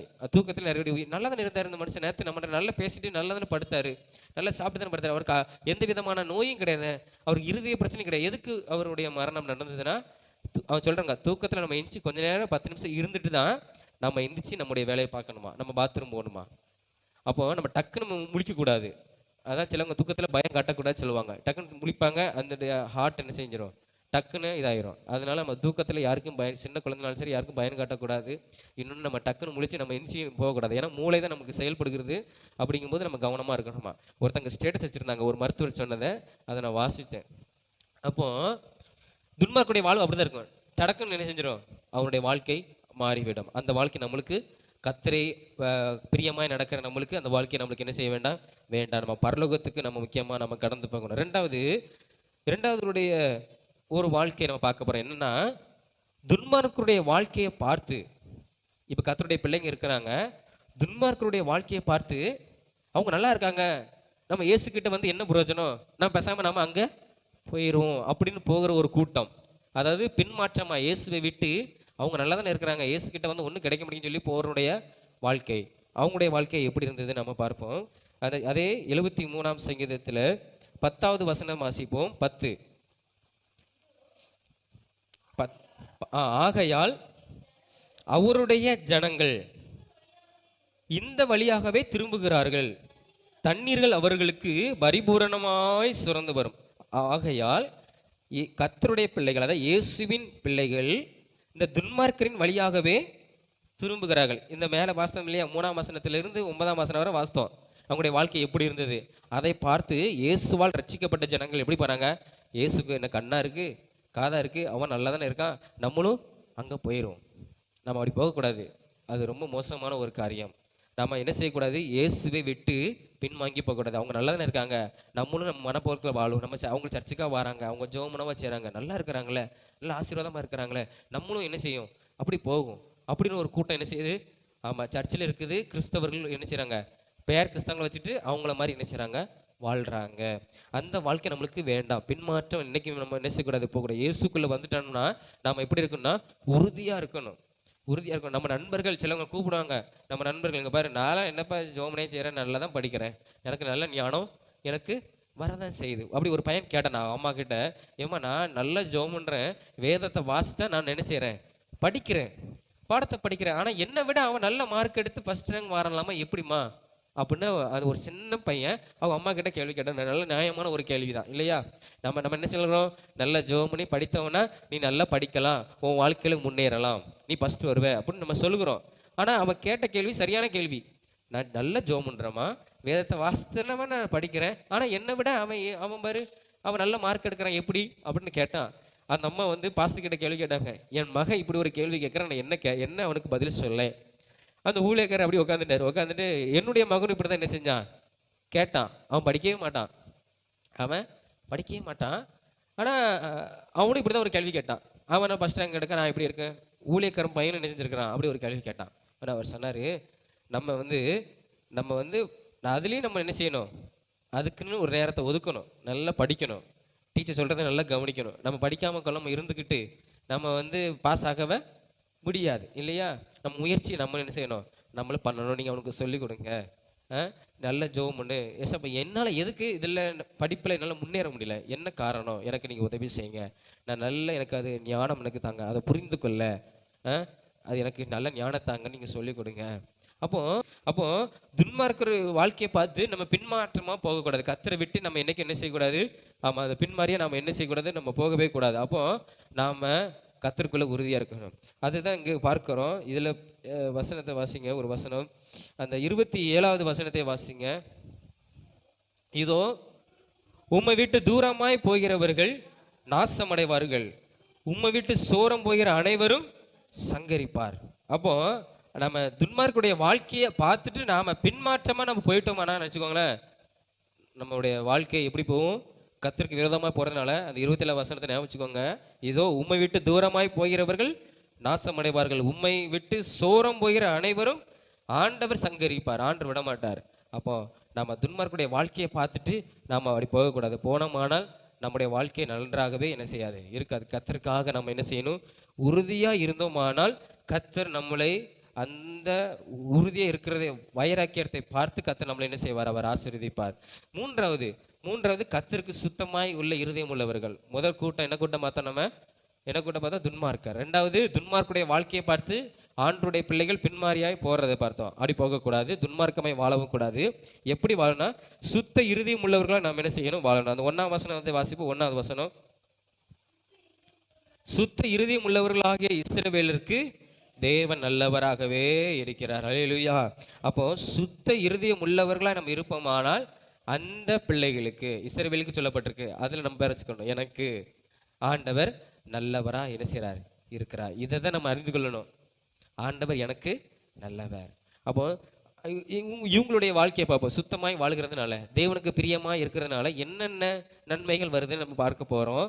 அந்த கீழே நம்ம வாசிக்கும் போது அந்த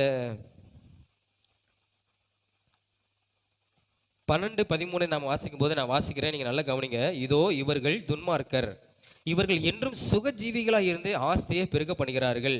அதாவது துன்மார்க்கங்களா நல்ல சுகஜீவிகளாய் சுகமாக இருக்கிறாங்க, சொத்தை பெருக பண்ணுறாங்க. ஆனால் சுத்த இருதயம் உள்ளவன் ஆகிய நான், தேவனுக்கு பிரியமாய் வாழுகிற நான், வேதத்தை வாசிக்கிற நான், ஜெபிக்கிற நான், விருதாவாகவே என் இருதயத்தை சுத்தம் பண்ணி குற்றமில்லாமையிலே என் கைகளை கழுவினேன். நான் எந்த குற்றமும் செய்யலை, என் இருதயம் இயேசுக்குள்ள சுத்தமாக இருக்குது. ஆனால் என்னுடைய வாழ்க்கையில் துன்மார்க்கம் வாழ்கிறான்ல, அந்த மாதிரி வாழ்க்கை எனக்கு இல்லை, ஆசீர்வாதம் இல்லை. நாடோறும் 14ஆம் வசனத்தை பாருங்க. நாள்தோறும் நான் வாதிக்கப்பட்டும் காலையில் எல்லாரும் காலைதோறும் உடைய புதிய கிருபையினால எழும்பினாலும் தண்டிக்கப்படுகிறேன். காலையிலே பிரச்சனை செஞ்சுட்டு வீட்டுக்கு வந்துடுது. காலையிலே ஆஃபீஸுக்கு போனோம்னா நம்மளுக்கு பிரச்சனை வந்துடுது. வேலைக்கு போனோன்னா அங்கே ஒரு திட்டம் வாங்கிடுறோம். ஸ்கூலுக்கு போனோன்னா காலையிலே 2 அடி வாங்கிடுறோம். காலேஜுக்கு போனாலும் ஆமாம் எரும மாடு என்னத்தை படிக்கிறேன்னு சொல்லி ஏச்சு வாங்கிடுறோம், நம்ம வாங்குகிறோம். காலையிலே நான் காலையில் தண்டிக்கப்படுறது என்ன அர்த்தம், அதான் திடீர்னு ஏதாவது ஒரு பிரச்சனை வந்துடுது, நம்மளுக்கு ஏதாவது வாழ்க்கையில் நடந்துருது. உடனே நம்ம என்ன செய்கிறோம், ஆண்டவரே நான் ஜெபம் பண்ணிட்டு தானே வந்தேன், எதுக்கு இப்படி நடக்குது. கர்த்தருடைய பிள்ளைகளுக்கு அது நடக்குமா, வேதம் சொல்லுது. ஆசாப் சொல்கிறான், அவன் எங்கிருந்து யோசித்து பார்க்க தெரியுமா, முக்கியமா அதை வாசிங்க. அந்த அந்த 16ஆம் வசனத்தில், இதை நான் அறியும்படிக்கு, அதாவது இந்த துன்மார்க்கருடைய வாழ்க்கையை பார்த்து நான் அறியும்படிக்கு யோசித்து பார்த்தேன். நான் தேவனுடைய பரிசுத்த ஸ்தலத்துக்குள் பிரவேசித்து அவர்கள் முடிவை கவனித்து உணரும் அளவும் அதை என் பார்வைக்கு விசனமாக இருந்தது. அதாவது என்னன்னா, நான் ரொம்ப பாதிக்கப்படுறேன், உமக்கு சுத்தமுள்ள இருதயமாக நான் இருக்கிறேன், உமக்கு பிரியமாக வாழ்கிறேன், ஜெபிக்கிற, வேதத்தை வாசிக்கிறேன், ஏன் என் வாழ்க்கையில் இப்படிப்பட்ட காரியங்கள், அவன் இருதயத்தில் என்ன நினைக்கணும் நடந்துருது, அதுக்கு அதிகமாக தான் நடக்குது. எனக்கு நான் இருதயத்தை நினைக்கிறது கூட நடக்க மாட்டேங்கி, அதை விட மோசமாக தான் என்ன செய்யுது நடக்குது. காலையிலே நான் என்ன செஞ்சுறேன், தண்டிக்கப்படுறேன், ஏச்சு வாங்குறேன், காலையிலே நான் திட்டு வாங்குறேன். இவன் எங்கே யோசித்து பார்க்குறேன் தெரியுமா, கர்த்தருடைய ஆலயத்துக்குள்ள பிரவேசித்து. ஏன்னா இவன் ஒரு ஆசாரியன், ஆசாப். ஆலயத்தில் உட்காந்து யோசித்து பார்க்குறான், அந்த துன்மார்க்கன் நல்லா இருக்கிறானே. நம்ம யோசித்து பார்ப்போம் இல்லையா, அப்போல்லாம் நல்லா இருக்கிறானே, அவன் என்ன ஜெபிக்கா செய்கிறான், எத்தனை நேரம் ஜெபிக்கா செய்கிறான். நம்முடைய வாழ்க்கை ஆண்டவர் ஏன் எப்படி இருக்குது, ஆனால் நீ நல்லவர். வேதம் தான் சொல்லுது, இஸ்ரவேல் ஜனங்களுக்கு தேவன் நல்லவராகவே, ஆனால் நீ நன்னவர், ஆனால் என்னுடைய வாழ்க்கையில் இப்படி இருக்குது. அப்போ நம்ம யோசித்து பார்க்குறான், யாரு, இந்த ஆசாப் யோசித்து பார்க்குறான், அவங்க நல்லா இருக்கிறாங்களே.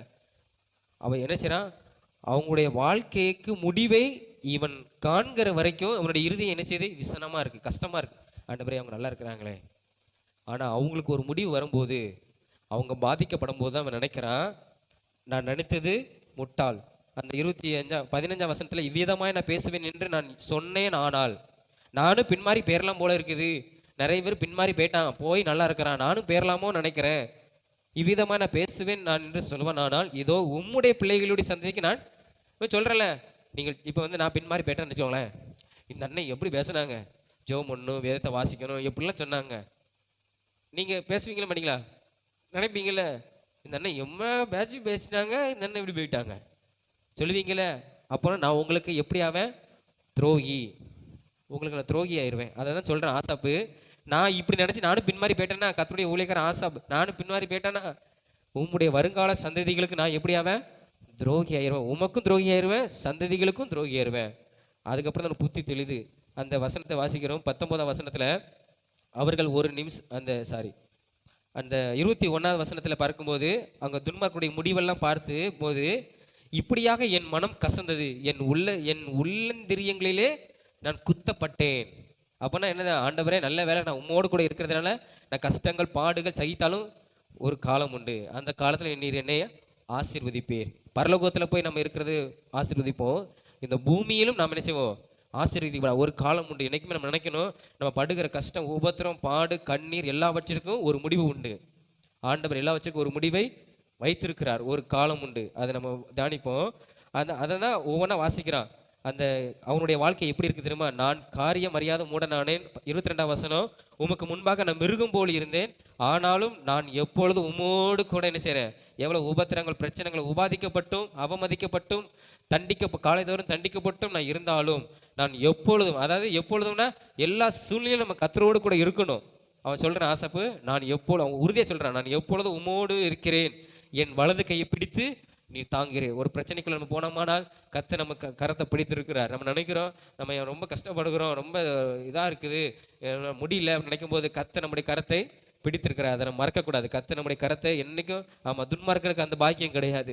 ஆண்டவர் இன்னைக்கு நம்மளை தூக்கி விடாது. உம்முடைய என் வலது கையை 23ஆம் வசனத்தில் நீர் பிடித்து தாங்குகிறீர், உம்முடைய ஆலோசனையின்படி நீர் என்னை நடத்தி முடிவேல என்னை மகிமையில் ஏற்றுக்கொள்ள. உம்முடைய ஆண்டவர் சொல்லுவார், இந்த பாதை ரொம்ப இடுக்கமான பாதை, இடுக்க நிறைந்த பாதை, உபத்திரங்கள் நிறைந்த பாதை, நீ விரும்புறதை உனக்கு கிடைக்காம இருக்கலாம்.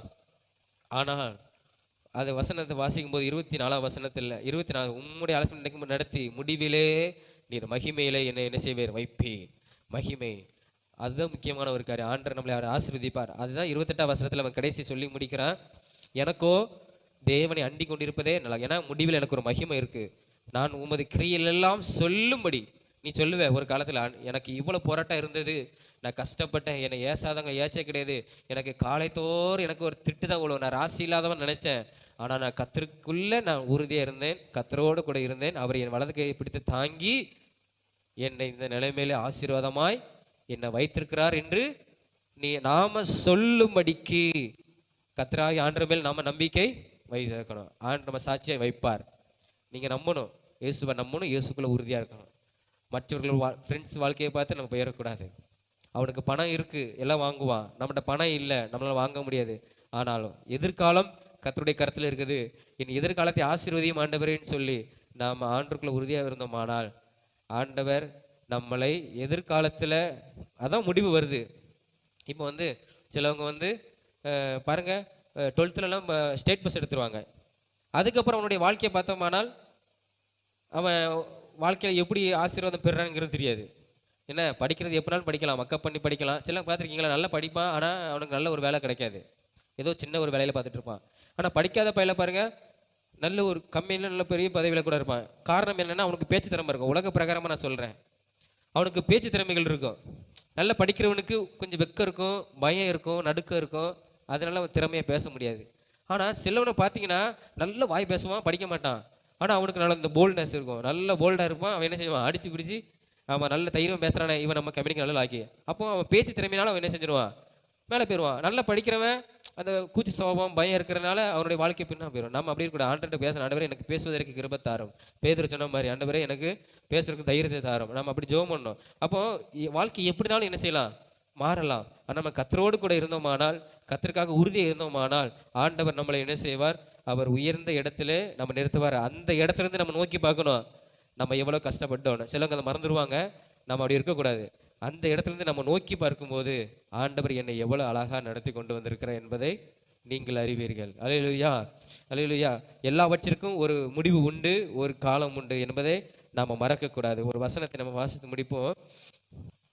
நல்ல ஒரு வசனம்.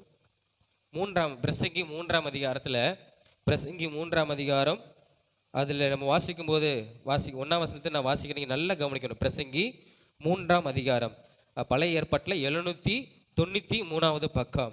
பழைய ஏற்பாட்டில் 793வது பக்கம், அந்த 3ஆம் அதிகாரம். அதை கீழே வாசிக்கிற முதல் வசனத்திலேருந்து, ஒவ்வொன்றுக்கும் ஒவ்வொரு காலம் உண்டு, வானத்தின் கீழ் இருக்கிற ஒவ்வொருவருக்கும் ஒவ்வொரு காரியத்துக்கும் ஒவ்வொரு சமயம் உண்டு.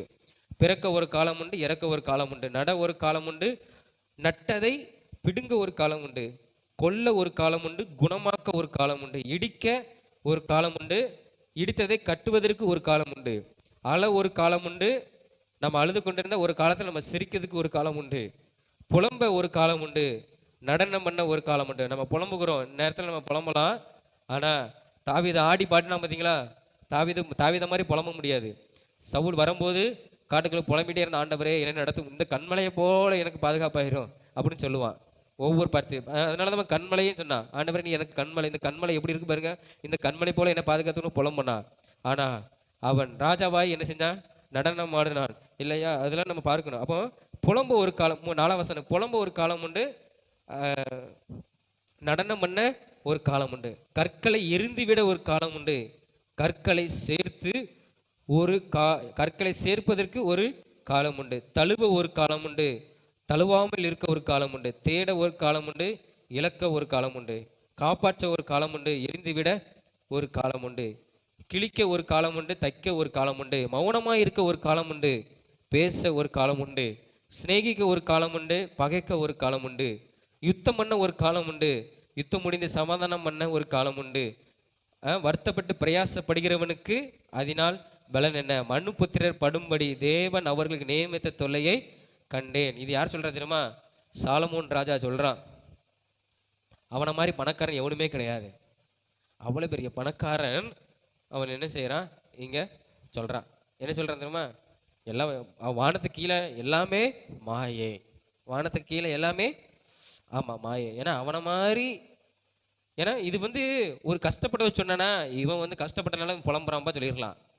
பெரிய பணக்காரன் அவனை மாதிரி இந்த உலகத்தை இன்ன வரைக்கும் யாரும் பணக்காரன் கிடையாது. அவனுக்கு மாதிரி சொத்து மதிப்பு, அவனுக்குலாம் டன் கணக்கில் தங்கம் இருந்தது.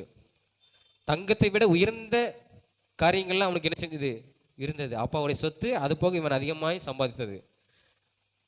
ராஜாக்களை, பக்கத்து நாட்டு ராஜாக்களையும் இவன் என்ன செஞ்சான், ஆண்டான். அவன் இருந்து காசெல்லாம் என்ன செஞ்சான், அவனுக்கு டேக்ஸ் வரும், வரி வரும். அந்த அளவுக்கு பணக்காரனாகி இந்த சாலமோன் சொல்லுகிறான், எல்லாவற்றுக்கும் ஒரு காலம் உண்டு. ஆமா, இப்போ ஒரு நடனம்னா அதை பிடுங்குவதற்கு ஒரு காலம் உண்டு. அதான் துன்மார்க்கனுடைய வாழ்க்கை அப்படிதான் இருக்கும். அவன் நல்லா சுகபலமா வாழ்றான், ஆனா திடீர்னு அவனுடைய சூழ்நிலைகள் மாறி அவன் வேதனைப்பட காரியம் வரும். ஆனா நம்ம கஷ்டப்படலாம், கர்த்தருக்குள்ள உறுதியா இருந்தோம். ஆனால் பொதுவா அவங்களுடைய வாழ்க்கையை நம்ம விட்டுருவோம், நம்முடைய வாழ்க்கையை நம்ம பார்ப்போம். நம்ம கர்த்தருக்கு நம்ம பிரியமாய் வாழ்கிறதுனால, அவருக்கு உறுதியே நம்ம இருக்கிறதுனால, நாம சாகிறதுக்குள்ள நாம நல்ல நிலைமையில இருந்து நம்ம கர்த்தருக்காக என்ன செய்வோம், ஆமா மரித்து பரலோகத்துக்கு என்ன செய்வோம், போவோம். அதை நம்ம நம்பணும். அதை ஆசை நினைச்சு பார்க்கறான். அவன் ஆலயத்திலிருந்து நினைச்சு பார்க்கறான், ஆண்டவரே அவன் நல்லா இருக்கிறானே அவன் நினைச்சு பார்க்கறான். ஆனா கர்த்தர் நம்மளை ஆசீர்வதித்து உயர்த்தும் போது அது மகிமையா இருக்கும். எப்படி இந்த ஆசாப் சொல்றான் இல்லையா, அவனை குறித்து நம்ம இன்னும் பேசுகிறோம், தியானிக்கிறோம் இல்லையா, ஆசாப்பை குறித்து. அப்போ ஆசாப்பு சொல்றான் இல்லையா, அந்த 20 கடைசி வசனத்துல அவன் சொல்லும்போது என்ன சொல்கிறேன், நானும் உண்மை அண்டி கொண்டிருப்பதே நலம், அதுதான் எனக்கு ஒரு ஆசீர்வாதம், அதுதான் எனக்கு ஒரு பாக்கியம். இங்கேயும் நான் ஆசீர்வாதமாய் இருப்பேன், பரலோகத்திலும் நான் என்ன செய்வேன், ஆசீர்வாதமாய் உமக்கு முன்பாய் நான் இருப்பேன் என்பதை இந்த ஆசாப் என்ன செய்கிறான் பார்க்கிறோம். அப்போ அந்த 73ஆம் சங்கீதத்தில் 3 பேர், ஒருவருடைய வாழ்க்கை துன்மார்க்க வாழ்க்கை, அந்த வாழ்க்கை நிரந்தரமானது அல்ல. இயேசுவை அறிந்து கொண்டு துன்மார்க்கருடைய வாழ்வை பார்த்து ஆசைப்பட்டு இந்த உலகத்தை பார்க்கும்போது ஆசைப்பட்டு நம்ம பின்மாறி போனோமானால் அதுலேயும் நம்மளுக்கு நிரந்தரம் கிடையாது. ஆண்டவர் என்ன செய்வாராம், சங்கரிப்பாராம். அந்த வாழ்க்கை நம்மளுக்கு வேண்டாம். 3 சுத்த இருதயம் உள்ளவர்கள், போராட்டங்களை சகித்து நம்ம வாழும்போது கர்த்தர் முடிவிலே நம்மளை ஒரு பாக்கியவான்களாக நிறுத்துவார். நம்ம சாட்சி சொல்லுவோம், இயேசு என்னை ஆசீர்வதித்தார், நான் கர்த்தருக்காக உறுதியாக இருந்தேன், என்னை ஆசீர்வதித்தார்னு சொல்லுவோம். நம்ம அப்படி ஆண்டவர் நம்மளை அந்த நிலைமையில அவர் நம்மளை என்ன செய்வார், அவர் நிறுத்துவார். நாம் அவருக்குள்ள உறுதியாக இருக்கணும். அதுதான் முக்கியமான ஒரு காரியம். நம்ம விலகிடக்கூடாது, ஆண்டரை பின்மாறி போயிடக்கூடாது, நண்பர்கள் பேச்சை கேட்டு நம்ம வழி விலகி போயிடக்கூடாது. கர்த்தருக்குள்ள நல்லா ஜெபிக்கணும், நல்ல வேதத்தை வாசிக்கணும், ஆலயத்தில் கடந்து வரணும், ஒவ்வொரு கூட்டத்தில் பங்கு பெறணும். ஏன்னா எதுக்கு நம்ம ஆலயத்தை கடந்து வரோம், நம்ம அந்த சத்தியத்தை போதிக்கிறோம், இதை கேட்குறோம், இதன்படி நம்ம நடப்போம். நம்மளுக்காக ஜெபம் பண்ணுவாங்க. நமக்கு ஒரு ஆவிக்குரிய வாழ்க்கையில் இல்லையா, உலக பிரகாரத்தில் போனால் தவறான வழியில் வழி நடத்திடுவாங்க. ஆனால் ஆலயத்துக்குள்ளே வரும்போது நம்மளை சரியான பாதையில் நம்மளை என்ன செய்வாங்க, போதித்து கண்டித்து உணர்த்தி நடத்துவாங்க. நம்ம தவற சுட்டி காட்டுற இடம், நம்ம சீர்படுத்துகிற இடம் ஆலயம். அதில் நம்ம உண்மையாக இருக்கும் பொழுது நம்முடைய வாழ்க்கை, ஆண்டவரே என் வாழ்க்கை எப்படிலாம் இருக்கலாம், ஆனால் நான் உம்மிடத்தில் கொடுத்துருக்கிறேன், நீர் அதை அழகாய் மாற்றும். எப்படி ஒரு நல்ல ஒரு பாத்திரத்தை நாம் என்ன செய்ய மாட்டோம், அதை விட்டுருவோம், அது உடையாது அப்படின்னு விட்டுருவோம். ஆனால் உடையக்கூடிய பாத்திரத்தை நம்ம என்ன செய்வோம், கையில் வைத்திருப்போம். இப்போ பஸ்ஸில் வரும்போது முக்கியமான பொருள்னு என்ன செய்வோம், நம்ம அந்த கீழே வச்சா அதிர்வில் உடஞ்சிடக்கூடாதுன்னு சொல்லி கையில் வச்சுருப்போம். அதே மாதிரி தான் ஆண்டவர் நம்மளை என்ன செய்கிறாரு, நம்ம கண்ணாடி போல் நம்ம வாழ்க்கை இருக்கலாம், கீழே போட்டால் உடஞ்சிரும்னு, அதை தான் ஆண்டவர் கையில் வைத்திருக்கிறார். அதான் ஆசாப் சொல்கிறான், என்னுடைய வலது கையை நீர் பிடித்து நீர் என்ன செய்கிறீர், தாங்குகிறீர். நம்ம நினைக்கிறோம் ரொம்ப போராட்டம் இருக்கும்போது கர்த்தர் நம்ம கையை பிடித்திருக்கிறார். அதை நம்ம என்ன செஞ்சிடக்கூடாது, நம்முடைய சோர்வி நிமித்தமாக, நம்ம பின்மாற்றது நிமித்தமாக நம்ம விட்டுறக்கூடாது. தொடர்ந்து நம்ம ஜெபம் பண்ணணும், கர்த்தருக்குள்ள உறுதியாக இருப்போம். நீ நல்லவரப்பா சொல்லுங்க, நம்ம 2 பேரும் நீ நல்லவர். இதை எனக்கு தாவீத மாதிரி தான், இவன் என்னை தூசிக்கிறான், ஓரளவு ஆண்டவர் தூசிக்கிறதுக்காக விட்டுருக்காரு போல அப்படின்னு சொன்னாங்க. ஒரு குத்துல ஒன்று கொண்டுட்டுமான்னு கேட்டாங்க தாவீதோடு இருந்தவங்க. இல்லை இருக்கட்டும், இவன் என்ன ஏசுறதுக்கு, கெட்ட வார்த்தையினால ஏசுவதற்கு ஓரளவு ஆண்டவர் அனுமதி கொடுத்துருப்பாரோ இல்லையோ, விட்டுரும் அப்படின்னு விட்டுட்டான். ஆனால் ஆண்டவர் அவன் சூழ்நிலையை மாற்றி தாவீத ஒரு ராஜாவா திரும்ப ஊருக்கு கொண்டு வரும்போது முதல்ல ஓடி வந்தது யாரு, இந்த ஏசனவன், கெட்ட வார்த்தை போட்டு ஏசனவன், திட்டினவன், நிந்தையா பேசினவன், அவமதிப்பா பேசினவன் தான் என்ன செய்யறான், ஓடி வந்து எங்கே விழுறான், காலில் விழுந்து என்னை மன்னியும் ஆண்டவனேன்னு சொல்லி யார் காலில் விழுறான், தாவீது. ஒன்று தாவீது மன்னிச்சு விட்டுட்டான். அப்போ தாவீத மாதிரி பேரணும். இதற்கு ஒரு காலம் உண்டு. நல்லா இருக்கட்டும், என்ன பேசட்டும், பேசலைக்கு பேசட்டும், சொல்லுவோம் உலகத்தை சொல்லுவோம்ல, எனக்குன்னு ஒரு காலம் வரும், நீ பேசு, எனக்குன்னு ஒரு காலம் வரும், அன்னைக்கு நான் உன்னை பார்த்துக்கிறேன் அப்படின்னு சொல்லுவாங்க. இன்னும் சொல்லுவாங்களே, யானைக்கு ஒரு காலம் பூனைக்கு ஒரு காலம் வரும் சொல்லுவாங்க. யானைக்கு ஒரு காலம் இருந்தால் பூனைக்கு ஒரு காலம் வரும்னு நம்ம நினைச்சுக்கிறோம். உலகத்தை சொல்லியிருக்கான், நம்ம கர்த்தருக்குள்ள இருக்கிறதுனால ஆண்டவர் இவனை வைத்திருக்கிறாரு. ஒரு நாள் இவனுக்கு முன்பாக என்னை நிமிர்ந்து பார்க்கும்போது, என்னை நிமிர்ந்து நடக்க பண்ணும்போது, அப்பொழுது ஆண்டவர் அதற்குரிய மதிப்பை ஆண்டவர் நம்மளுக்கு தருவார். நம்ம அதை நம்பணும், விசுவாசிக்கிறோம். நம்ம நினைக்கிறோம் படிப்பில் குறைவாக இருக்குது, வாழ்க்கையில் எப்படி இருக்குன்னு ஒன்று வைத்துக்கணும், இயேசுவை நம்பணும், ஜெபிக்கணும், வேதத்தை வாசிக்கணும். 2வது நம்மளுடைய வாழ்க்கையை நம்ம ஆண்டத்தை கொடுங்க. ஆண்டவரே என்னுடைய எதிர்காலம் உங்களுடைய கருத்தில் இருக்குது, நீங்கள் என் வாழ்க்கையை பார்த்துக்கோங்க, நான் நல்ல ஆசீர்வாதமாக இருக்கணும், அதை நீங்கள் நினச்சிக்குவாங்க, நீங்கள் மாற்றுங்க அப்படி சொல்லும்போது ஆண்டவர் நம்மளை என்ன செய்வார், நம்முடைய காலங்கள் அவருடைய கருத்தில் இருக்குது, நம்மளை நல்ல ஆசீர்வாதமாய் நல்ல சுகமாய் வாழ்வதற்கு. எப்படி நான் ஒரு சம்பவம் சொன்ன பார்த்தீங்களா, ஒரு மகளுடைய காரியத்தை, அதே மாதிரி நம்மளை என்ன செய்வார், அவள் கர்த்தருக்குள்ள உறுதியாக இருந்தனால ஆண்டவரை ஆசீர்வதித்தார். அதே மாதிரி நம்மளையும் என்ன செய்வார், அவர் என்ன செய்வார், கண்டிப்பாக நம்மளை ஆசீர்வதிப்பார். கர்த்தர் நம்மளை அவர் நடத்துவார். நாம் எல்லாரும் முழங்கால் படிட்டு நம்ம ஜெபம் முடிக்க போகிறோம். எல்லாரும் ஜெபம் பண்ணுவோம், முழங்கால் படிட்டு. கர்த்தர் நல்லவர். இஸ்ரவேல் ஜனங்களுக்கு கர்த்தர் சுத்த இருதயம் உள்ளவர்களாக இஸ்ரவேலர்களுக்கு கர்த்தர் நல்லவராகவே இருக்கிறான்னு சொல்லி நம்ம வேதத்தில் வாசித்தோம். கர்த்தர் நம்மளை அப்படி ஒரு ஆசீர்வதிக்கிற ஒரு தெய்வம். அவர் நல்லவர், இயேசு நல்லவர், இயேசு நல்லவர். எல்லாம் சொல்லுவோம் வாயில் திறந்து, இயேசு நீர் நல்லவர், நீங்க சொல்லுங்க, ஆண்டவரே நீர் எனக்கு நல்லவர், எனக்கு நல்லவர். அதை அறிக்கை செய்யுங்க. இயேசுவே நீர் நல்லவர், இயேசுவே நீர் நல்லவர். அவர் என்றைக்கும் அவர் தீமையாய் செய்கிற ஒரு தெய்வன் அல்ல. சில நேரத்தில் ஆண்டவர் நம்மளுக்கு டெஸ்ட் வச்சிருப்பார். அதை அதில் நம்ம உறுதியாக இருக்கும் பொழுது ஆண்டவர் நமக்கு நல்லவராக இருந்து நம்மளை உயரத்திலே அவர் நிற்க பண்ணுகிறவர். அல்லேலூயா, உமக்கு ஸ்தோத்திரம். இயேசுவே நீ நல்லவர். நான் துன்மார்க்கமான வாழ்க்கையை பார்த்து நான் பின்மாறி போக மாட்டேன். அவங்களுடைய வாழ்க்கையை நான் வாழ மாட்டேன். உமக்கு உகந்ததாய், உமக்கு பிரியமுள்ள ஒரு வாழ்க்கையாய் நான் நம்பிக்கையில் உறுதியாய் இருந்து நான் ஆசீர்வாதங்களை பெற்றுக்கொள்ளும்படியாய், எப்படி இந்த ஆசாபு நான் உமோடு கூட இருப்பேன் என்று சொன்னது போல, ஆண்டவரே நாங்களும் எப்பொழுது உமோடு கூட இருந்து உம்முடைய நன்மைகளையும் உம்முடைய ஆசீர்வாதத்தை நாங்கள் பெற்றுக்கொள்ள இசப்பா நீர் எங்களுக்கு நீர் உதவி செய்வீராக. ஆண்டவரே நீர் எங்களுக்கு உதவி செய்வீராக. அப்பா உமக்கு ஸ்தோத்திரம். ஆண்டவரே எங்களுக்கு ஞானம் கிடையாது, படிப்பறிவு கிடையாது, எது இல்லாட்டினாலும் ஆண்டவரே நீர் எங்களோடு கூட இருந்து எங்களை எதிர்காலத்தை உம்மிடத்தில் நாங்கள் வைக்கிறோம். என்னுடைய எதிர்காலம் உம்முடைய கரத்தில் இருக்குது. நீங்கள் ஆசீர்வதித்து ஒரு காலத்தில் கர்த்தருடைய கிரியின்படி அவர் மேலே நான் நம்பிக்கை வைப்பேன். நீ செய்ததை நான் அறிக்கை செய்வேன், நீ செய்ததை ஆண்டவரே நான் சாட்சியாய் நின்று அதை நான் சொல்லுவேன். அப்பா அப்படி என் வாழ்க்கையை நீர் மாற்றும், ஒரு சாட்சி உள்ள ஒரு வாழ்க்கையாய் கர்த்தர் நீர் மாற்றும். அதற்கு நாங்கள் ஒப்பு கொடுக்கிறோம். இதுவரைக்கும் நாங்கள் பின்மாற்றமாய் போயிருக்கலாம். ஆண்டவரே துன்மார்க்கரை பார்த்து நாங்கள் பொறாமைப்பட்டு அவங்க நல்லா தானே இருக்காங்கன்னு சொல்லி சில நேரத்தில் நான் உண்மை விட்டு பின்வாங்கி போயிருந்திருந்தால் என்னை தயவாய் மன்னியும், என்னை மன்னியும், உம்முடைய இரக்கத்தினால் என்ன மன்னியும். ஆண்டவரே நீர் மன்னிக்க தயவுள்ளவர், நீ கிருபை உள்ளவர். உம்மிடத்தில் திரளான மன்னிப்பு உண்டுன்னு வேதத்தில் வாசிக்கிறோம். அந்த மன்னிப்பு எனக்கு தாரும். உம்மோடு இருக்க கர்த்தர் எனக்கு உதவி செய்யும். ஆண்டவரே எங்களால் முடியாத அளவுக்கு போராட்டங்கள் பிரச்சனைகள் வரலாம், அதில் எங்களுக்கு நீர் உதவி செய்யும். எங்களுக்கு எங்களுடைய வலது கையை பிடித்து எங்களை தாங்கி கொள்ளும். எல்லாவற்றிற்கும் ஒரு முடிவு உண்டு. சீக்கிரத்தில் ஆண்டவரே நாங்கள் படுகிற உபாதைகளுக்கு, பிரச்சனைகளுக்கு, இடுக்கண்களுக்கு ஆண்டவரே ஒரு முடிவை கட்டளையிட்டு ஒரு ஆசீர்வாதத்தை கர்த்தர் துவங்க பண்ணோம். எப்படி ஒரு ரூத்து ஆண்டவரே ஆண்டவரே சோதரம் மோவாப் தேசத்தில் ஆண்டவரே பல பிரச்சனைகளை சந்தித்து அவள் பெத்லெகேமுக்குள்ளே வரும்போது அறுவடை ஆரம்பமானது. ஒரு ஆசீர்வாதமான காலத்துக்குள்ளே அந்த ரூத் கடந்து வந்தது போல ஆண்டவரே எல்லாவற்றிற்கும் இந்த நேரத்தில் ஒரு முடிவை வைத்து ஒரு ஆசீர்வாதமாய் ஆண்டவரே வாழ்வதற்கு இந்த 12வது மாதத்தில் கர்த்தர் நீர் எங்களுக்கு உதவி செய்யும்.